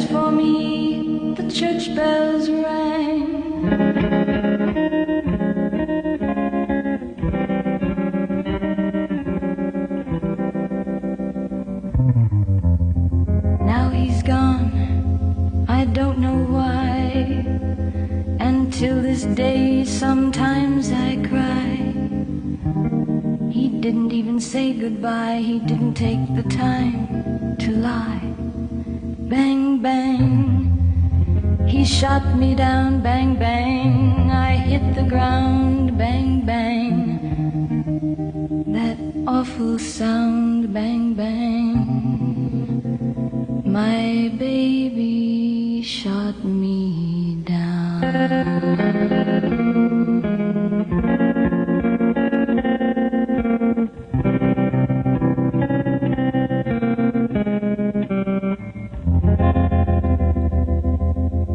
That's a great Nancy Sinatra. Did a couple of things with her dad before, too. 866 Ron Zero Fez. 866 Ron Zero Fez. Kill Bill? Was that or Kill Bill Volume 2? Which one? One. Now, we were talking, getting into some generational stuff earlier. By the way, it is Bennington, and the hashtag Bennington still trending throughout the entire show. As you look up and see Joel Osteen doing his Sirius XM commercial, he's the latest here to Sirius XM, and that commercial runs all the time on TV. Joel came over to satellite radio. Look, there's his deal on it. Oh, yeah. So he could finally drop the F-bomb. You know, when you're doing regular churches, you can't do that. You've got to get on... Totally raw. Yeah. Yeah. Oh, yeah. He's raw. That guy, I mean, he goes for it. He's actually the sweetest man ever. I don't know. Is that right? Yeah, there's something really just nice about him, which I can't say about all those religious guys. Although I do like the new Pope. Are you a fan of the new Pope? He seems like a really swell guy. He Yeah, he's seems a swell like a one. really cool guy. He's a swell one. Now, we were talking about cool. Is that a lost concept today, you think? Is anyone cool? Is anyone like any famous people? Famous people cool. Because are they so out there that you can't be cool anymore? You couldn't possibly be Keith Richards or Jack Nicholson or Miles Davis. Well, I'll tell you something that probably doesn't help cool is probably being so connected. It's like everyone's life is a reality show. They give a lot of themselves. Right. So that's probably why it feels like people aren't as cool as they used to be. But there's got to be some cool people out there. Like I think Jack White is cool. Jack White's a throwback, and we know nothing about him. I like little Jack White, his son, that he keeps in the suitcase. That's my favorite of the whole White family. But he started with even with the White Stripes, it was like were they brother and sister? They tried to pretend they were brother and sister. Were they we married? found out no relation. Right. No relation whatsoever. No relation. We're kind of the White Stripes of radio right now. No one knows exactly. Yeah. That's how I see myself. Yeah, bad drummer. A very poor drummer with a lot of heart. Do you think she had a lot of heart? I think she was forced to do it against her own better judgment. She was the slave to the groove. But didn't you hear something that he actually told her, like, I don't want you to practice. I don't want you to get lessons. He just wanted her to be like a really raw drummer. Like he didn't want her to be polished in any way. No, I would agree with that. I think unpolished is kind of makes things cooler. Yeah. Like I think one of the worst things that ever happened, if you take people like Justin Timberlake or Ryan Gosling, the fact that they've been doing this since they were 3, that keeps anything from being cool. Yeah. What the fuck? Well, were you raised to be a star? Just live a life a little bit. Who was in here? Danny Aiello. Danny Aiello was in here the other day. Had never even taken a theater anything until he was 35. Yeah. What he was doing was running around stealing shit, organizing unions. He was, did a little jail time. He was a boxer. And all that shit later came out in the movies. Yeah. He wasn't a fucking song and dance tap man. God damn it, Ronnie Gosling! I don't know what's going on with you. He was like a child star, right? Or like Gosling? Like on a Disney. Yeah, he was in one of those Disney kids. I think they were on the same Disney show together. They were on the new Mickey Mouse show. With JT. JT, Gosling, and Britney Spears. Yeah, Britney was part of that. And they all just grew up to be stars. It's like they planted them in the ground and then poured water on them. Yeah. And they all grew into these little stars that just didn't seem like there was a lot there. Right. They haven't lived. Dave, you're on the Ron and Fez show. Hey, Ron, how are you? Good. Before you hang up on me, I'm not a huge fan of his music or whatever, but I find Daryl Hall to be, like, pretty cool. Like, he lives in the suburbs. He's not pompous. He has famous people over to his house just to jam out. Daryl's house is one of the coolest things that's ever happened to the planet Earth. And he's also a great singer. And he's also from right outside Philly. See. He also had a partner with a mustache who, gets oddly quiet at different times. Right. He has a partner with a mustache where everyone goes, why is his name on the band? I've had him. I think he's great. Oatman? Oat, yeah. The Oatman. You're getting quieter and quieter as we're going along. You getting tireder? Yeah. No. Is it getting? Maybe the wiredness is going down a little bit. It could be. Yeah. Maybe I need to caffeinate. Well, we can do that for you. But everybody here is saying to me, I can't believe that this is her first day doing radio. I go, yeah, it's her first day doing radio, but she's been around it forever. I have been around. But you did in the background. You did Collins when you were a little girl on the Ron and Ron show. I did some characters. Me and Fez did some bits when I was little. Did you? Yeah. We did have some bits. Have you known Fez your entire life? I think almost. Like, very close. I feel like maybe he was around when I was, like, 4. Yeah, because I actually knew Fez before, you were born, but it didn't work with him yet the first time that he came. So maybe I did. Maybe he was always around. Well, there were times that he had kind of went off a couple times. Let me read some of these hashtags. All right. The power of hashtag Bennington. Hashtag Bennington. Thank God this is an XL channel because this is fucking great. Hashtag Bennington. Finally a full life. The definition of unguarded. Hashtag Bennington. The hell with my cell phone battery life. Hashtag Bennington is on. I have a meditation mantra. Hashtag Bennington.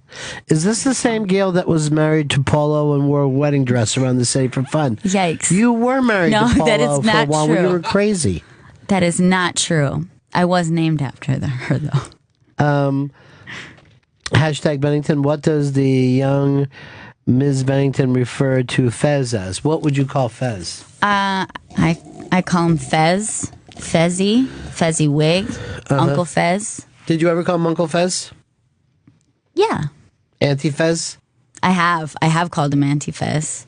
Then I stopped because I thought maybe he doesn't want that.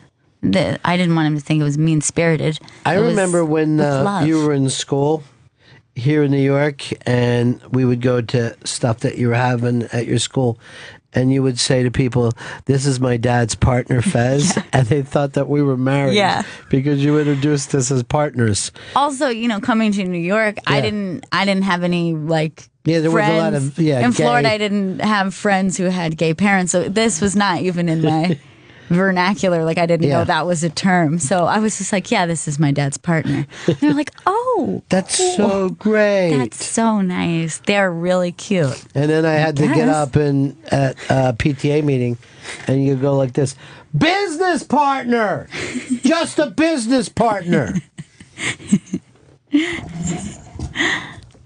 But that's really, really funny. But I guess it must have been such a cultural shock for you to come to New York City. Huh? Yeah, it was. But I was really ready for it. I was really excited for it. it was all really overwhelming, but in a really cool, great way. I remember when I first brought you guys up to the city, we stayed in Times Square. And we were all in the same room because I think I just was talking to them, and then we went back to Florida. Right. So I remember I woke up, and it was like 2, 3 o'clock in the morning. And I look up in the hotel room, and I just see you and your brother, and you were staring out at Times Square, and I just could make out the silhouettes and see all these lights and all. And I'm like, wow, this is really weird. This is an aggressive thing to do with some kids. But then I was thinking, that Times Square is completely gone. The one that you guys fell in love with that time. You know what always reminds me of it? I'm forgetting the name of the movie, but it's like this Irish family comes to New York. Oh, Do you remember I love that movie, yeah. The little girl, she says this line, she goes, "We heard New York before we saw it." And you would just hear the radio stations. Yeah. But there's a great moment where they pull in for the first time. Like, it's almost like you're coming off the tunnel. Yeah. So, you kind of get thrown right into Midtown. Yeah. And the kids are just like at the window, and everything like seems like it's moving so fast. It was totally overwhelming compared to Florida. It's just slow What a moving. weird thing to do to your kids, though, right? You guys must at least thought, what are they doing? I remember the weirdest thing when we got you signed up for school and all, and we asked about transportation, and we're like, is there bus stops and stuff like that? And we must have looked like the biggest yokels. Yeah. Because they're like, we give them these school tokens, and they take the train. Yeah. And I go, the train? Yeah. Like a kid on a fucking train underground? Yeah. The train where people take their penises out? That train? Yeah, that train. Do you remember like testing it out? Yeah. Because we hadn't been in the city that long, so I had to make sure, and we kept taking the train route, and I would sit further and further away from you. And then you're like, this next trip, I'm going to be in a totally different car. Yeah. But I'm going to get off at the same stop. And you're just like casing me, making sure I know what stop to get off of. Yeah. You're like, great work. Good hustle. You got off the train in a perfect amount of time. You knew where you were going. It was mind blowing. And then I look over and I just, you're playing harmonica with homeless people. I'm like, hey, those are not your friends. That was weird. We'd never really even talked about that since. No. But that one day we must have taken the train from our apartment to the school like 12 times. Yeah. Where it went from, just running drills. Yeah. Running drills. Yeah, sure. Hey, by the way, Dick Cavett unmasked Monday, October 20th, 1 o'clock in Sirius XM Studios. His new book is called Brief Encounters. You can go to, there you got a little extra Joe for yourself. That is so sweet. Do you normally do a couple coffees in the morning, or do, you would normally be asleep in the morning? I would be probably just waking up. Yeah, I never would be. I'm still not normally even up by now. Oh, it was a weird feeling, though, getting up this morning. I kind of dug it, though, because it was dark outside. It felt like night. I felt like I was going out for the night in the cab. I was like, this is like I could go out partying. I think I didn't know what to expect. I thought that I was going to be leaving, and like it was going to be like the sun was rising as I was leaving, and I walked out, and I was like, oh, that's like the moon. It's like blackness. It felt like I was leaving to go out. You're right. When we do this unmasked, you want to sit in and unmask Dick Cavett with me and just be me and you? All right. No. Like, this is my daughter, Gail. So, She'll be asking the question. Who am I speaking to? No, she'll ask you a question when I have a small sandwich. I have a half a turkey sandwich that I wanted to finish, and then I'll hop back in. So that is this Monday, October 20th, 1 o'clock at Sirius XM Studios. These Unmasked are coming in so big now, so fast, that they're just stacked up like planes over our hair. I don't even know when we can play them all. You do multiple a week now, several a week. Yeah, this is like 3 within a week. 2 this week, Russell Brand, the fantastic Russell Brand, who was just great. Dane Cook, who we're playing today at 2 and then all weekend.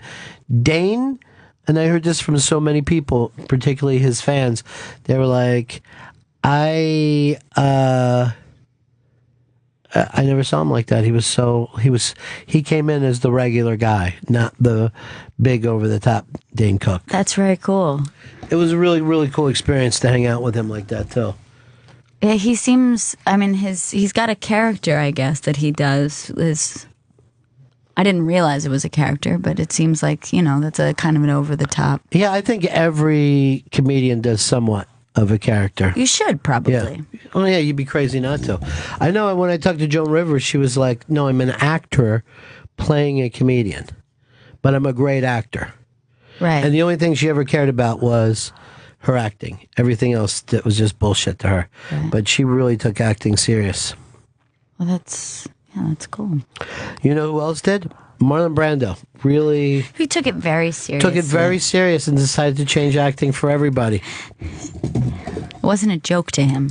No, not until the end, and then it all became a big, crazy joke that he didn't give a shit about. Let's go over here to JC in New Jersey. You're on the Ron and Fez show. Hey, Ron, I think Fez is killing it as Gail Bennington. Very believable, amazing. It's the newest Fez character. Hello, doing really everybody. Cool. Hi. Let's see some of these new hashtags. Hashtag Bennington, the new cool. Hashtag Bennington, the better way to spend your time. Hashtag Bennington, bringing back the fucking cool. Hashtag Bennington, yeah, I got 4 radio shows and I raise cool kids. What's it to you? Getting a strange hunger for a hoagie for some reason. Hashtag Bennington. Hashtag Gail Bennington. That we always do this thing for Thanksgiving where you go to Philly after spending, but that becomes Hoagie Day. That's the big Hoagie Day. Yeah, because then you have a second Philly Thanksgiving. Mm-hmm. Your better one, as you call it. My Thanksgiving too, with a hoagie in between. It's really the best thing for you. It's the healthiest way to be. 2 Thanksgiving dinners. I don't even know what big football games this weekend because the Igs are on a off. Bye week. Bisexual is what it stands for. They're going to date men and women this weekend. Philadelphia Eagles. They're so unguarded. Yeah, it's important to be unguarded. During the season. What's your button say there? Which one? You're rocking a button. It says "Lonesome No More." Oh, what's that all about? It's from a Kurt Vonnegut book called Slapstick. What are you going to bring up Kurt Vonnegut like I've never heard of him? I know that you've heard of him. Oh, you were speaking to the audience. I'm telling everyone. I'm letting everyone know. It's my favorite Kurt Vonnegut. It's not his favorite. He gave it a D. He was given, there was like an interview or something with him where he went through and graded all his books and he gave that one a D. But when he discussed it, it sounded like for lack of a success, he gave it a D. Not because he didn't think it was a good book, but it's a great book. Why would anyone go back and grade their work? I don't know. He just was trying to be honest. He was the coolest though, right? He was the best. I saw him once on the street. Never saw him. Saw him once walking down the street in New York City. Because he used to live right around here in Turtle Bay, not that far from here. And it was like, it was like seeing something that it was like seeing Fred Flintstone or something. Like it was so far gone to me that I couldn't believe what I was seeing. You can put that on the list of regrets there. I never got to meet him, see him. It was very heartbreaking. I didn't know that you had a list of regrets. That's so sad that you keep that. Well, I just meant because we were talking about bands we didn't get to see. Yeah. So I'll throw Vonnegut in there, even though it's not a musical act. You will get to see him in Author Heaven when you go to Author Heaven. Where's Vonnegut? I saw Kerouac yesterday. It's going to be so great. Vonnegut today. I'm trying to think. I'm going to dog heaven. You know, I mean, if I'm going to go over my favorites, it's embarrassing to say what I would probably pick because it's his most successful work. Slaughterhouse. Yeah, I shouldn't even pick He gave it an A, so there you go. Oh, he did give it an A. He gave that one an A. He proudly gave Slaughterhouse an A. As he should. It's a great book. I'm just saying I have a personal connection to Mother Night is actually it's one of my all-time favorite things that could ever happen. Breakfast of Champions. Weirdly, I love Jailbird, and I know everybody didn't. I got a signed Vonnegut, you know. What? Someone gave me Galapagos. It's signed by him. I knew that. That's really cool. I would leave it to you, but you know, I don't want everybody to wait until I'm dead, so you can have it if you want. It was given to me as a present from a listener. That's a great present. Yeah, I don't know whether they signed it themselves though. No, I know that they didn't. But you'll be leaving it to me. Yeah, I guess Put it in the so. will. Cat's Cradle I dug too. That's a great one. Now I actually think that Mother Night might be my favorite. Because that's the whole thing of we become what we pretend to be. You Yes. know? I love that saying. Because it happens to you so many times in life. That's very That you're true. like, I'm going to act like I'm, doing this job for a while. And then before you know it, you're that guy. You're just that doing dude. it. Yeah. And that's a positive and a negative. You can turn things for the better in that way. You can say, I'm going to act like somebody who's I'm going to act like a happy, better person. a better person. I'm going to act happy. I'm going to act confident, even though maybe I'm not feeling confident. So there's positives to that as well. I'm going to act like a baby and just start bitching about everything and scream until I get my way. Yeah. That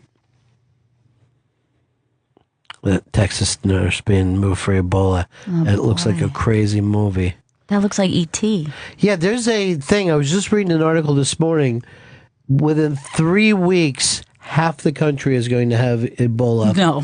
Within... Please, God, no. Within 7 weeks, the only of us still alive will envy the dead. Terrifying. That's scary. I Yeah, hope it that doesn't bother me. happen. I've had a nice life. What am I going to do? You Some know? people still have a lot of life left. Even I think a baby's had a nice life. We've all had nice lives when you think of it. Yeah, except for abused babies. They haven't had the worst life. Yeah, they have the worst life. This is so sad. I think the only people I do getting feel really sorry dark. for about this Ebola is abused babies. Rochelle in Jersey. Hi. Hey. Hi, Bennington. Hey. I was just trying to say, if I had to meet anybody in author heaven, it would be Ray Bradbury. I really like Ray Bradbury. He's on my list of regrets that I never got to meet him. I told Chris to get me Ray Bradbury. And it was right before he died. There was a book about him that he'd done with another guy. And it was looking like he might come in, and he was doing this really heavy Republican stuff. You know what I mean? Like real right-wing stuff. And I'm like, I don't give a shit. I'd love to have him on. And because he was the guy that got me into science fiction for real. He makes science fiction cool. You think so? Yeah. He was the guy? Yeah, I think he does. I think he approaches it in a way that it's a mystical thing as opposed to a scientific thing, nerdy thing. Well, and Carl Sagan. I think Carl Sagan did as well. Yeah. Carl Sagan, please. What did he ever do with his life? What when was it that Bradbury died? That was when was it? Just a couple years ago. That was pretty recent. Yeah. 2012, from what I understand. 2012. Have you read the Illustrated Man? The short That was the stories? first one, yeah. That was given to me by my brother. Is that right? Who you know as well. I've met him, but he's never answered back to me when I was talking to him. I actually had to read the Illustrated Man as a punishment from a teacher. I had to stay after school and and read a book, and I reached over and pulled that one out. Wow. And I read it, and then it was the woman's name was Miss Tiaflack, and I said, "Hey, you got any more of those Bradburys? That might be a good way to get started around here." Right. And I loved them. There's actually a movie, Illustrated Man. Have you ever seen it? I haven't. It's really not good. But while we're saying, I got into science fiction a lot when I started to be a kid, and that finally got me into Yeah. reading novels and stuff. It's the best to be brought in on one level, Yeah. Also, short stories are good I think, for young people too, like into fiction or into like reading in general. It's like the attention span. But You know why what I do mean? we Like always just act like reading is so good for the young? I was talking about this the other day, and I'm like, why don't we go back and read all those classics that God, they try I think to about force that on all the time. school? There's so many books that were just wasted on me because the timing wasn't right for it. But why do we act like when someone goes, "Oh, did you read Moby Dick?" And you're like, "Yeah, in 10th grade. It's for kids." But you wouldn't do that with a movie. Yeah. I saw The Godfather probably in 10th grade, and I want to watch that every time it comes on. I read Moby Dick later in life and was able to appreciate it. But if I had been any younger, I think it would have been really a struggle. But there's like certain Hemingway books that I was just like, and I would like to reread them because I feel like Hemingway, especially a young woman, is maybe Right. going to have a hard time connecting to that. It's hard for young women to read books about sleeping bags and fucking fires. We cooked the beans over the fires. It was good. But Hemingway, I remember reading that, thinking to myself, "Hey, you know what? Maybe I could write. Get myself into a war or two. Maybe I'm a writer. I don't know. I sit there and chicken scratch." I still think out of all the arts, that's the most impressive thing to do. It is. Write a novel. I think More than visual arts. anything. More than making a film. Yeah. More than, Broadway. More than painting. I think that would also be really cool to hold something published, that kind of physical accomplishment. You're just holding I would like it. to read it out to people. This is an The excerpt. birds were chirping as I woke up on that Sunday morning, my head throbbing from too much scotch and soda. And everyone has to sit there and just fucking listen to you read it. Abigail sat in her chair. Look at me when I'm reading, goddammit! That would be the coolest. It would be really cool. I think being a painter would be really cool to have a physical talent that is undeniable. Like I'm in awe of people who can paint like really photorealistic portraits or just huge scale. Dude, you've got to see this fucking documentary. It was just on the other night. And it's about the painter who did the girl with the earrings, the whatever. Pearl the pearl earrings. What is it that you're doing over there? I can't begin to tell you how loud you are. Out in 15. So I'm preparing myself in the next 15 minutes. Okay, I only have 15 minutes to finish this story. But it is so amazing that I sat there and died because this guy went back to recreate some of that stuff because some of it was more or less cheating, more or less. Right. There was photography in those days in a certain way. Oh, yeah. There were ways of, but it was photography with painting. It's amazing. I'm not going to give away any more of it. Yeah, I'd But like you to can see go back. Yeah, Vermeer is the painter, but basically he was using mirrors and stuff and putting the image Oh, and then I see, copying in Yeah. the Tracer. image. Yeah, he was somewhat of a tracer. It's stunning. It's a stunning documentary. By the way, documentary film has gotten so much better. It has, yeah. I've got 15 That was minutes helpful. to wrap this up. 15 minutes. That's helpful. To wrap this one up. 866 Ron Zero Fez. 866 Ron Zero Fez. I will be doing the Ron and Fez show later on this afternoon, and Artie Lang is going to be a guest today. Is that correct? Artie Lang will be in. He's got a big show this weekend on Comedy Central. I think it's called The Stench of Failure, which is hysterical. Also, I've been told this. Bennington replays this Sunday at 4 o'clock and will be available on demand later today. And the next Bennington is Friday, October 31st. That's in 2 weeks. Spooky. Now, yeah, that will be our big That'll be this Halloween series that we work on. Chris Stanley and I saw a woman yesterday in the elevator who was incredibly excited because she had her costume, which was a sexy ladybug. Oh, God. And she was telling the people at work from NBC how excited she is because she's going to dress up as a sexy ladybug. Yikes. So either me or Chris went like this on the elevator. Ew. Just, ew. Did we she were just hear? discuss- yeah, they all heard it. Oh, God. Those NBC people, even when they outnumber you, they still don't want to physically fight.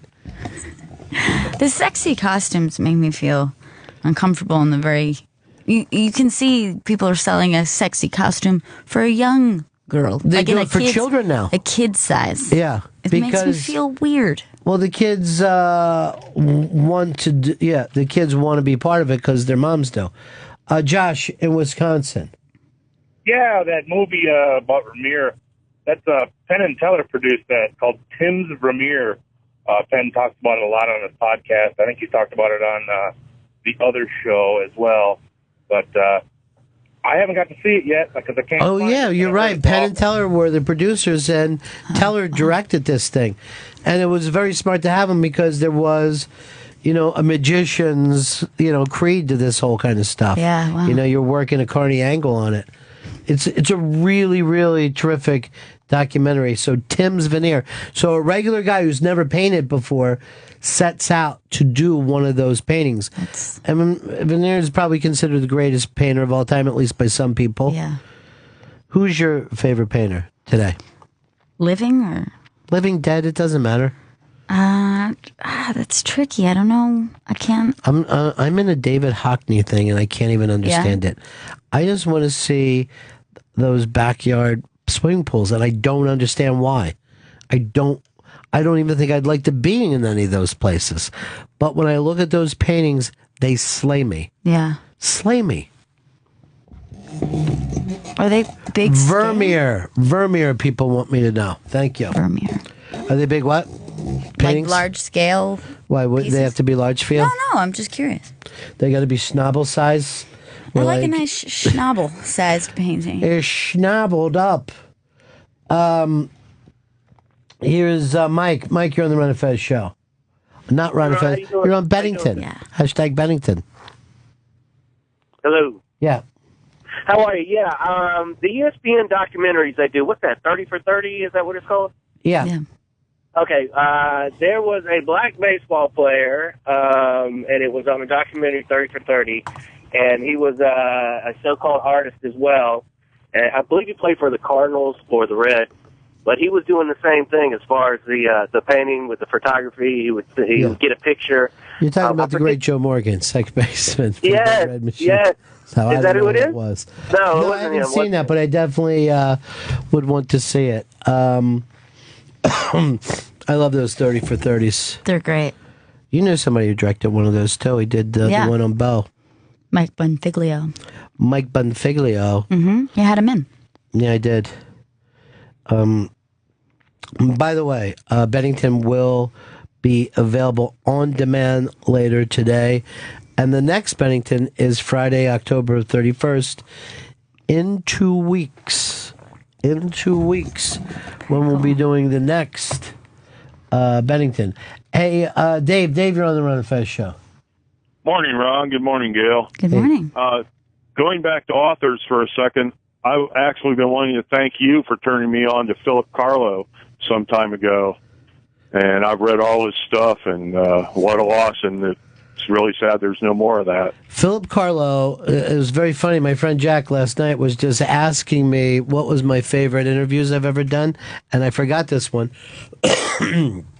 Philip Carlo was a true crime writer, and his, Brooklyn guy, his stuff was scary as shit, because it was about, you're going to know some of the places that pop up in this, right? Really. But he got this disease, and I think it was like the Lou Gehrig's disease. And he came in, his wife kind of wheeled him in, and he actually had a breathing tube, right? Mm-hmm. So I'm interviewing him about the book, and what he would do is, why I was asking the question, he would have the breathing tube in his mouth. And then when I was finished, he would sit and tell me the next thing. I'd never met him before. Wow. And we got in this long conversation. And he would talk and answer until, like, the last couple of seconds, he was completely out. And he would go back to that tube. Wow. And I would go into the next really question. Intense. Right?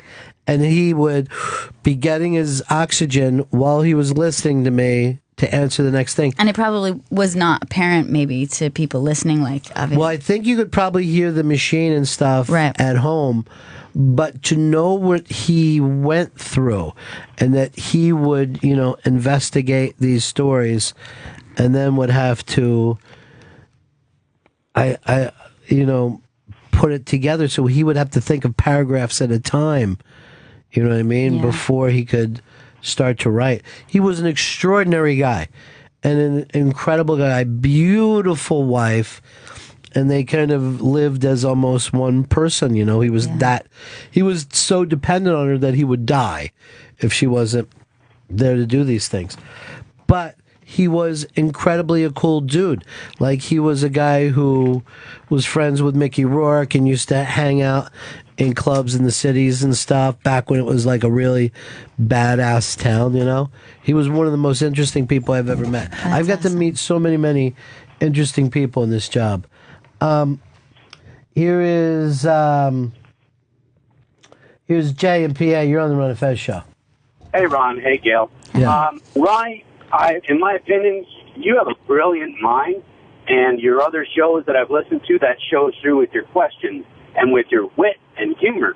I'd like to say thank you, because I think in this show, you've done something braver than anything, which is let us have a little peek behind that curtain, and we got to see a bit of the whiz.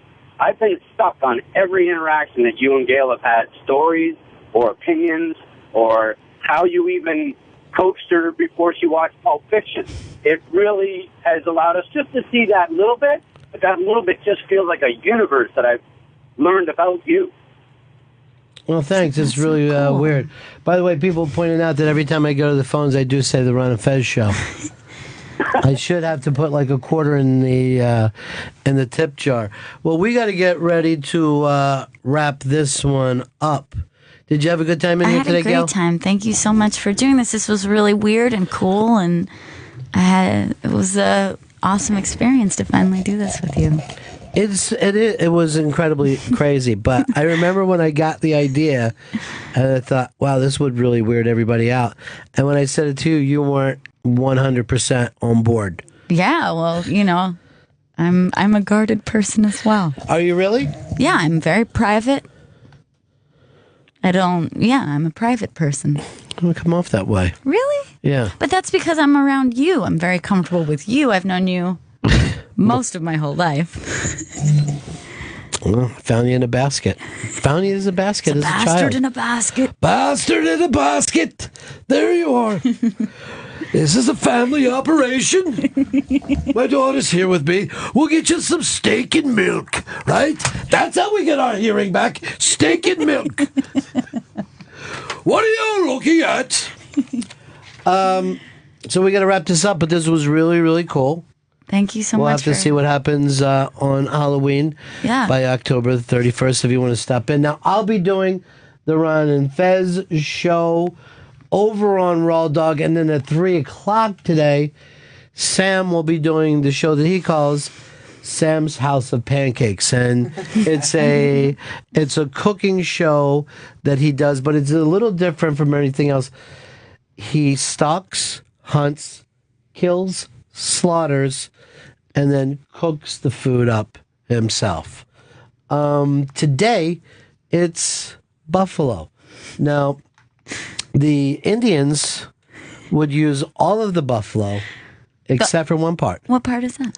The dick. They would not use the dick. And there was some religious reason to it. And this was all the Native American tribes. And the reason and it might have been a superstition, though, while they would not use that part of the buffalo, you know what it was? I don't know what it was. Because it was the dick. And they did not want to eat it or make it into a jacket. So that's it. We're wrapping up. Thank you, everybody. Thanks so much. See you again in a couple weeks. Or you can listen to Ron and Fez just on the other channel. See you guys later on. You've been listening to Bennington, only on Opie Radio, XM 103, Sirius 206. You can listen to it again by going to Sirius XM On Demand.